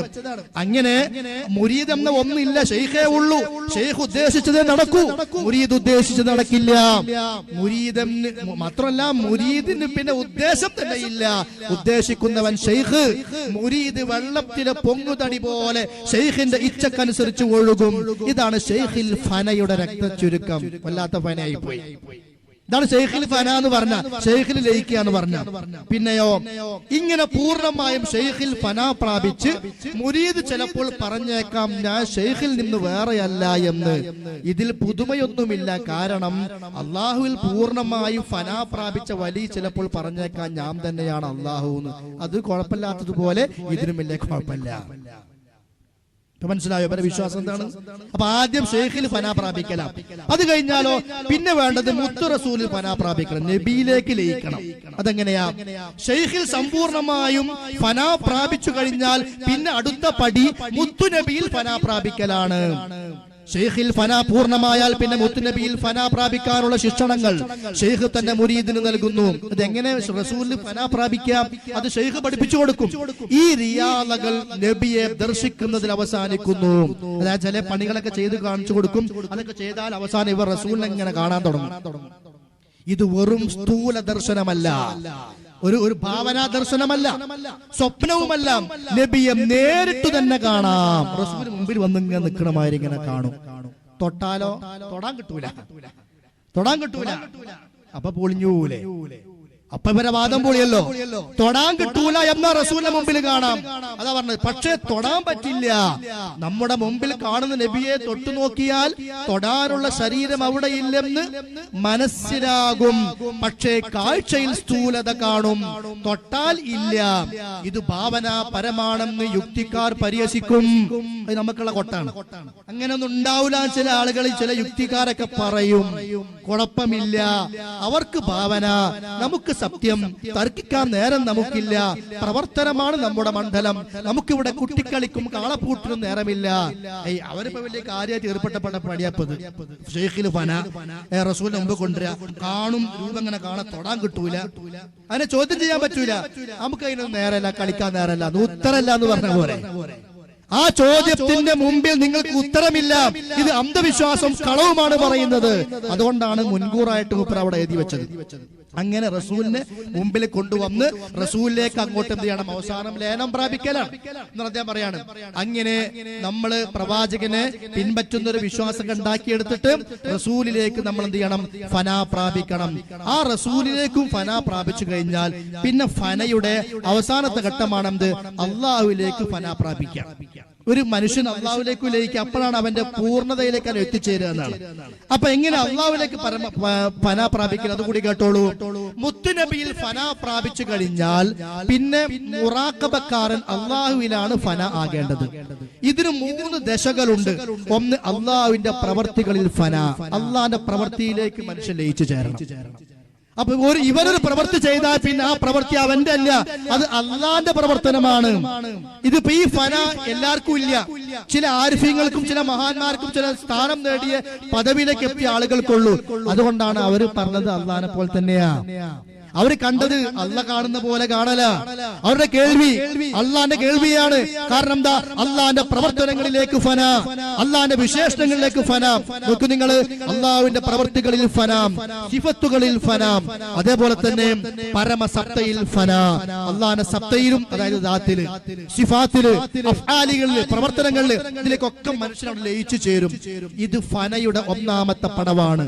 പ്രവർത്തികൾ അള്ളാഹുവിന് മാത്രമേ ഉള്ളൂ എന്നത് സമ്പൂർണ്ണ ദശയല്ല, സ്രഷ്ടാവ് മാത്രമേയുള്ളൂ, സൃഷ്ടികളൊന്നുമില്ല എന്നതാണ് പൂർണ്ണ ദശയെന്ന് മുമ്പ് പ്രസ്താവിച്ചിട്ടുണ്ടല്ലോ.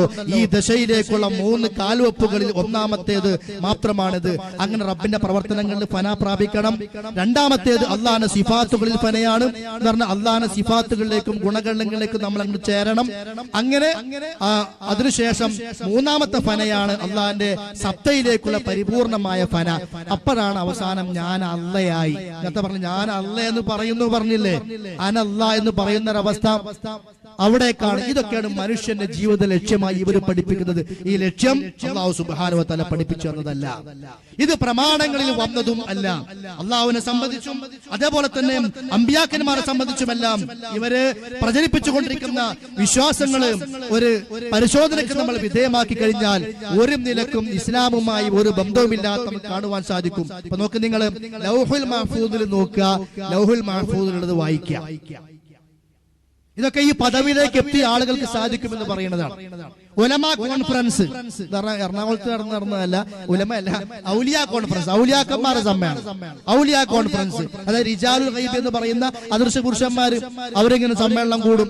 അതിന് അധ്യക്ഷനായിട്ട് ഈദുർ നബിയും അതേപോലെ യൂനുസ് നബിയും കടന്നു വരും. അതേപോലെ തന്നെ സൂഫികളുടെ മിഅറാജ്, നബിയുമായുള്ള കൂടിക്കാഴ്ച, നബി ഇങ്ങോട്ട് വരല്, ഇതൊന്നും ഇസ്ലാമിന്റെ പ്രമാണങ്ങളുമായി ബന്ധമില്ലാത്ത കാര്യങ്ങളാണ്.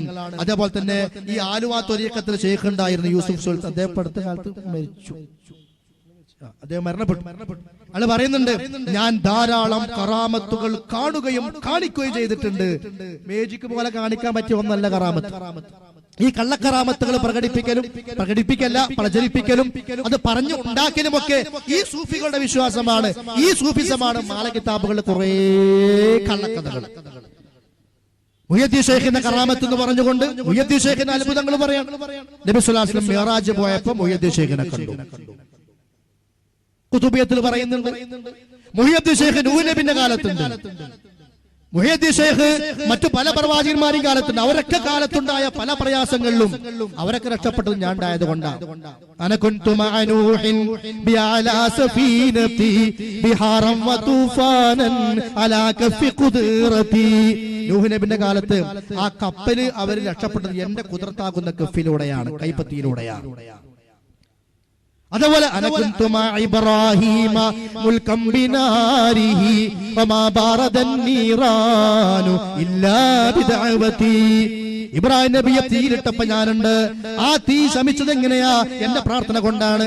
അനകുന്തു മഅ അയ്യൂബ, ഞാൻ അയ്യൂബ് നബിയുടെ കൂടെ ഉണ്ട്. അദ്ദേഹത്തിന് അസുഖം, പരീക്ഷണം, ബൽവ ബാധിച്ചപ്പോ വമാ ബാരിഅതു ബൽവാഹു ഇല്ലാ ബിതുഫ്ലതി, എന്റെ ഉമിനീര് കൊണ്ട് അദ്ദേഹത്തിന്റെ പ്രയാസം നീങ്ങിപ്പോയത്. അനകുന്തു മഅ മൂസ ഫീ മുനാജാതി റബ്ബിഹി വമൂസ അസാഹു മിൻ അസായസ്തമദ്ദതി. മൂസാ നബിയും അള്ളയും സംസാരിച്ചപ്പോ ഞാൻ കൂടണ്ട്. മൂസാ നബിന്റെ കയ്യിലെ വടി എന്റെ വടിയിൽ നിന്ന് കിട്ടിക്കൊടുത്തതാണ്. അപ്പൊ എല്ലാ നബിമാരുടെ കാലത്തുണ്ട്. ഇങ്ങനെയൊക്കെയുള്ളത് സൂഫികൾ പടച്ചുണ്ടാക്കിയ വിശ്വാസങ്ങളാ. അള്ളാന്റെ ദീനല്ല, പ്രവാചകനെ പഠിപ്പിച്ച ദീനല്ല. ഇത്തരം കള്ളക്കഥകൾ നിറഞ്ഞു കിടക്കുന്ന കിതാബുകളാ മാല കിതാബ്, മൗലിദ് കിതാബ്. നമുക്ക് അതിന്റെ ഉള്ളിൽ എന്താണെന്ന് അറിയില്ല. നമ്മളെങ്ങനെ ചൊല്ലും, സമയം കളയും, ജീവിതം അതിന്റെ പേരിൽ തുലക്കും, കുറെ പൈസ ചെലവഴിക്കും. എന്നിട്ട് അത് എന്താ, അത് കറാമത്തല്ലേ? സി എം മടവൂരിന്റെ പേരിൽ കുറെ കറാമത്തിന്റെ പേര് പറഞ്ഞുകൊണ്ട് ഇല്ലാത്ത കള്ളക്കഥകൾ കെട്ടിണ്ടാക്കാം. ഒന്നാമത്തെ ഒരു കറാമത്ത് നിസ്കരിക്കൂല, അതൊരു കറാമത്താ. അത് നമസ്കരിക്കാൻ നേരത്ത് മക്കത്താണ്, 5 നേരം മക്കത്ത്. ഇവിടെ നിസ്കരിക്കലില്ല എന്ന് നാട്ടുകാർക്കൊക്കെ ഉറപ്പാ. നാട്ടിൽ നിസ്കാരമില്ല എന്ന് നാട്ടുകാർക്ക് ഉറപ്പാണ്. മക്കത്ത് നിസ്കാരമില്ല ഞങ്ങൾക്ക് ഉറപ്പാ. നോമ്പില്ലായിരുന്നു എന്നാണ്. അതപ്പോ കറാമത്തായി പറയണത്. അത് നേരത്തെ പറഞ്ഞ ആ വലിയ സ്ഥാനത്ത് പദവിയിലേക്ക് എത്തുമ്പോ ഔലിയാക്കന്മാര് പിന്നെ ജദുബിന്റെ ഹാലിലേക്ക് എത്തിക്കഴിഞ്ഞാല് ജദുബിന്റെ മർത്തബയിലേക്ക് എത്തിയ പിന്നെ അങ്ങനെയാണ്. ഇത് ഇസ്ലാം പഠിപ്പിച്ചിട്ടില്ല. ഈ മുഹ്യിദ്ദീൻ അറബിയെ പോലെയുള്ള, അല്ലാജിനെ പോലെയുള്ള, ജലാലുദ്ദീൻ റൂമിയെ പോലെയുള്ള, ജിയലിയെ പോലെയുള്ള കുഫറിന്റെയും ശുർക്കിന്റെയും വാദങ്ങൾ മുസ്ലിം സമൂഹത്തിലേക്ക് കൊണ്ടുവന്ന ഈ സൂഫികളുടെ വിശ്വാസങ്ങളാണ് ഇന്ന് മാല മൗലിദുകളിൽ മുഴുവൻ നിറഞ്ഞു കിടക്കുന്നത്. അള്ളാഹിനെ കുറിച്ച് പോലും പറയാൻ പറ്റാത്ത പല വിശ്വാസങ്ങളും മാല കിതാബുകൾ പലയിടത്തും കാണാലോ. അള്ളാ പറഞ്ഞു, അള്ളാ പറഞ്ഞു, അള്ളാ പറഞ്ഞു. സൂഫികളിൽ കടന്നു വന്നതാ. പക്ഷെ അതിന് തെളിവുണ്ടാക്കിയവര് അത് ഇൽഹാമാണ്, കശ്ഫാണ് എന്നൊക്കെ പേര് പറഞ്ഞുകൊണ്ട് എന്നിട്ട് ഇസ്ലാമിന്റെ ലക്ഷ്യം തന്നെ അവര് മാറ്റിമറിച്ചു. ഈ സൂഫികള് നോക്കൂ, നിങ്ങൾ ഒന്ന് രണ്ട് ഉദാഹരണങ്ങൾ വായിച്ചു കേൾപ്പിച്ചു തരാം. ആത്മനാശം, അതായത് ഫന സംഭവിച്ച ദിവ്യജ്ഞാനിക്ക് സ്വന്തം ദൈവത്തിൽ ലയിക്കല, പിന്നെ അവനിൽ മാനുഷിക സ്വഭാവം നിലനിൽക്കുകയില്ല. അവന്റെ കയ്യും കാതും കണ്ണും അവന്റേതല്ല, അവൻ തന്നെ ഇല്ല, അവൻ അള്ളാഹുവിൽ ഉരുകിച്ചേർന്നു. അങ്ങനെ വിലയം പ്രാപിച്ചവരിൽ പല അത്ഭുതങ്ങളും കണ്ടേക്കാം. അതൊക്കെ അള്ളാഹുവിന്റെ പ്രവർത്തനമാണ്. അതുകൊണ്ടാണ് മഹാത്മാക്കളെ സംബന്ധിച്ച് ഇല്ലാത്ത കുറെ കള്ളക്കഥകൾ ഇവർ എഴുതിണ്ടാക്കിയത്. കറാമത്തിന് പേര് പറഞ്ഞിട്ട് അള്ളാഹുവിന്റെ സിഫാത്തുകൾ ചേർത്തി കൊടുത്തത്. ഇപ്പൊ മുഹയ്യദ്ദീൻ മാലയില് മുഹയ്യദ്ദീൻ ശൈഖിനെ കുറിച്ച് പറഞ്ഞത് എന്താ? വേണ്ടിയിട്ട് വല്ലോരു വസ്തുവിനെ നോക്കിയിട്ട് ആകെന്ന് നാം ചൊല്ലിൽ ആകും ആദം നോവർ.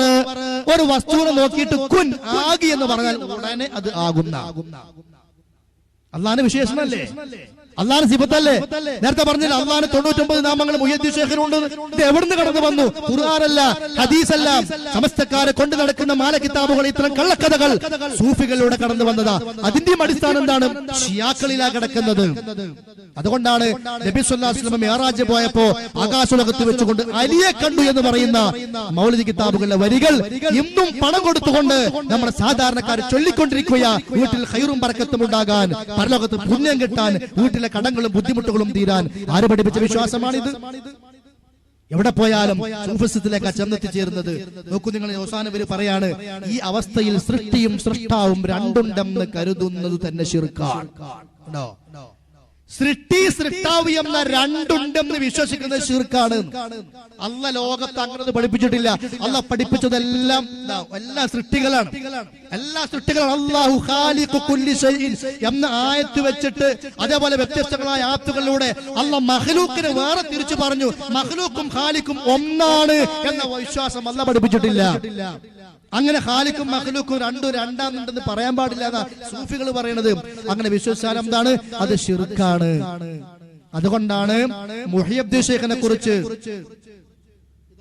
ഇതാണ് അൽ ഖുയൂലാത്തുർ റബ്ബാനിയ ഫിൽ മആസിരി വൽ ഔറാദിൽ ഖാദിരിയ എന്ന് പറയുന്ന ഖാദിരിയ തരീഖത്തിൽ മെമ്പർഷിപ്പ് എടുത്താണ് ചൊല്ലേണ്ട ദിക്ർ. എന്താ പറയുന്നത്?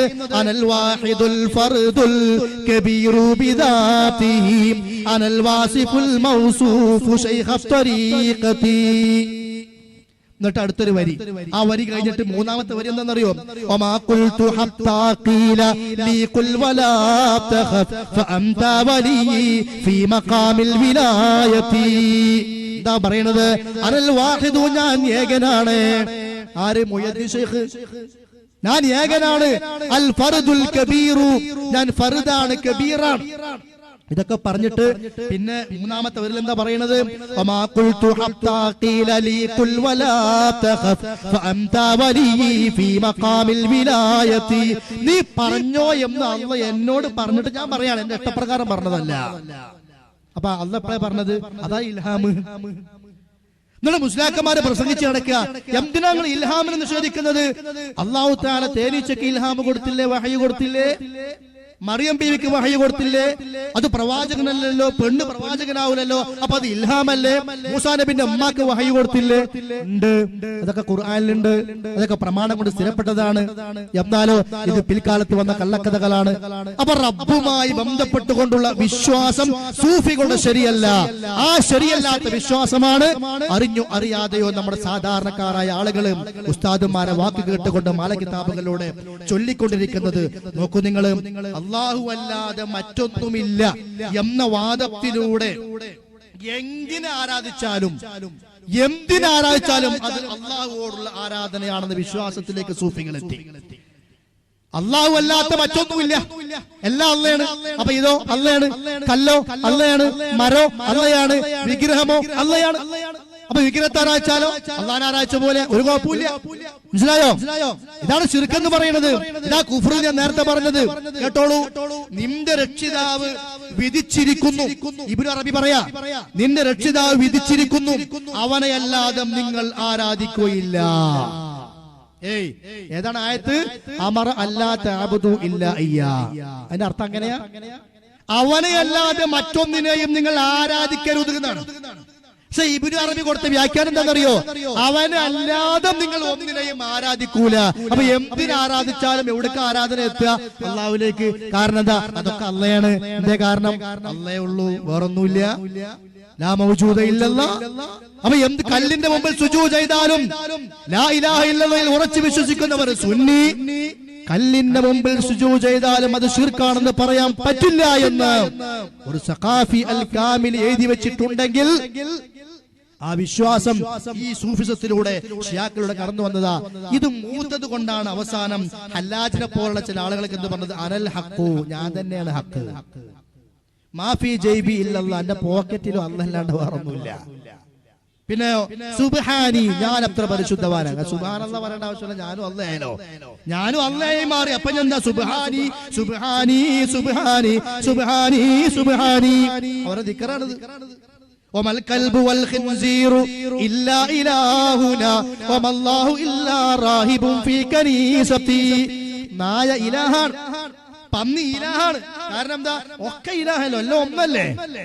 പറയൂ മുസ്ലിങ്ങളെ, ഇതിന്റെയൊക്കെ ആശയ ചുരുക്കങ്ങൾ ആ മല കിതാബുകളെ മുഴുവൻ പറയാൻ അവിടെ നേരല്ല. ഇബ്നു അറബി പറയാണ്, അൽ അബ്ദു ഹഖ്ഖുൻ വറബ്ബു ഹഖ്ഖുൻ യാ ലൈത ശഅരി മനിൽ മുകല്ലഫു. അബ്ദ് അടിമ സത്യമാണ്, അല്ലാഹ് സത്യമാണ്. എനിക്കിപ്പോ സംശയം, ഞാൻ പടങ്ങറായി നിൽക്കുക, ആരോടാ ആരാധന ചെയ്യാൻ കൽപ്പിച്ചത്? എല്ലാവരും റബ്ബന്നെയാണല്ലോ. ഇത്രത്തോളം അവനെത്തി. എന്നിട്ട് അവർ പറയാ, സ്വർഗം നേടാൻ വേണ്ടി വല്ലവനും കർമ്മം ചെയ്ത ശിർക്കാണ്. സ്വർഗം നേടാൻ വേണ്ടി കർമ്മം ചെയ്ത ശിർക്കാണ്. നരകത്തിൽ രക്ഷപ്പെടാൻ വേണ്ടി കർമ്മം ചെയ്താലോ അതും ശിർക്കാണ്. നമ്മുടെ ജീവിതത്തിൽ ലക്ഷ്യമേ അല്ല എന്ന് പറഞ്ഞുകൊണ്ട് ഇസ്ലാം പഠിപ്പിച്ച പ്രാമാണികമായ എന്തെല്ലാം വിശ്വാസങ്ങളുണ്ടോ, അഖീദ രംഗത്ത്, കർമ്മരംഗത്ത്, പ്രമാണം സ്വീകരിക്കുന്നിടത്ത് എല്ലാം പിഴച്ച വിശ്വാസങ്ങൾ കൊണ്ടുവന്നവരാണ് സൂഫികൾ. ആ സൂഫിസം പ്രചരിപ്പിക്കാനാണ് ത്വരീഖത്തുകൾ. ആ ത്വരീഖത്താണ് ഇന്ന് സമസ്ത പല നാടുകളിലും ഏറ്റെടുത്തിട്ട് ഞങ്ങൾ ഇന്ന ത്വരീഖത്ത്, ഇവർ ഇന്ന ത്വരീഖത്ത്, അവർ ഇന്ന ത്വരീഖത്ത് എന്ന് പറഞ്ഞ് പ്രചരിപ്പിച്ചുകൊണ്ടിരിക്കുന്നത്. ആ ത്വരീഖത്തിന്റെ വിശ്വാസങ്ങളാണ് മാല കിതാബുകളും മൗലിദ് കിതാബുകളുമായി നമ്മളെ കൊണ്ട് ഉസ്താദന്മാർ ചൊല്ലിപ്പിച്ചുകൊണ്ടിരിക്കുന്നത്. അതുകൊണ്ട് തിരിച്ചറിയാ, പ്രമാണത്തിലേക്ക് മടങ്ങുക, അത് മാത്രമാണ് രക്ഷാമാർഗം. വിഷയം ഇവിടെ അവസാനിപ്പിക്കുകയാണ്. ഇൻഷാ അല്ലാഹ് ബാക്കിയുള്ള കാര്യങ്ങൾ നമ്മുടെ പിന്നെ ചോദ്യോത്തര രൂപത്തിൽ നമുക്ക് വരികയാണെങ്കിൽ സംസാരിക്കാം. അതല്ലെങ്കിൽ ഫൈസൽ മൗലവി നിങ്ങളോട് വിശദമായി സംസാരിക്കും. അല്ലാഹു സുബ്ഹാനഹു വ തആല എന്നും സത്യം മനസ്സിലാക്കി പ്രമാണബന്ധിതമായി നിലനിൽക്കാൻ നമുക്ക് തൗഫീഖ് നൽകി അനുഗ്രഹിക്കുമാറാകട്ടെ. വസല്ലല്ലാഹു അലാ നബിയിനാ മുഹമ്മദിൻ വഅലാ ആലിഹി വസഹബിഹി വസല്ലമ തസ്ലീമൻ കസീറാ. അസ്സലാമു അലൈക്കും വറഹ്മത്തുള്ളാഹി വബറകാതുഹു.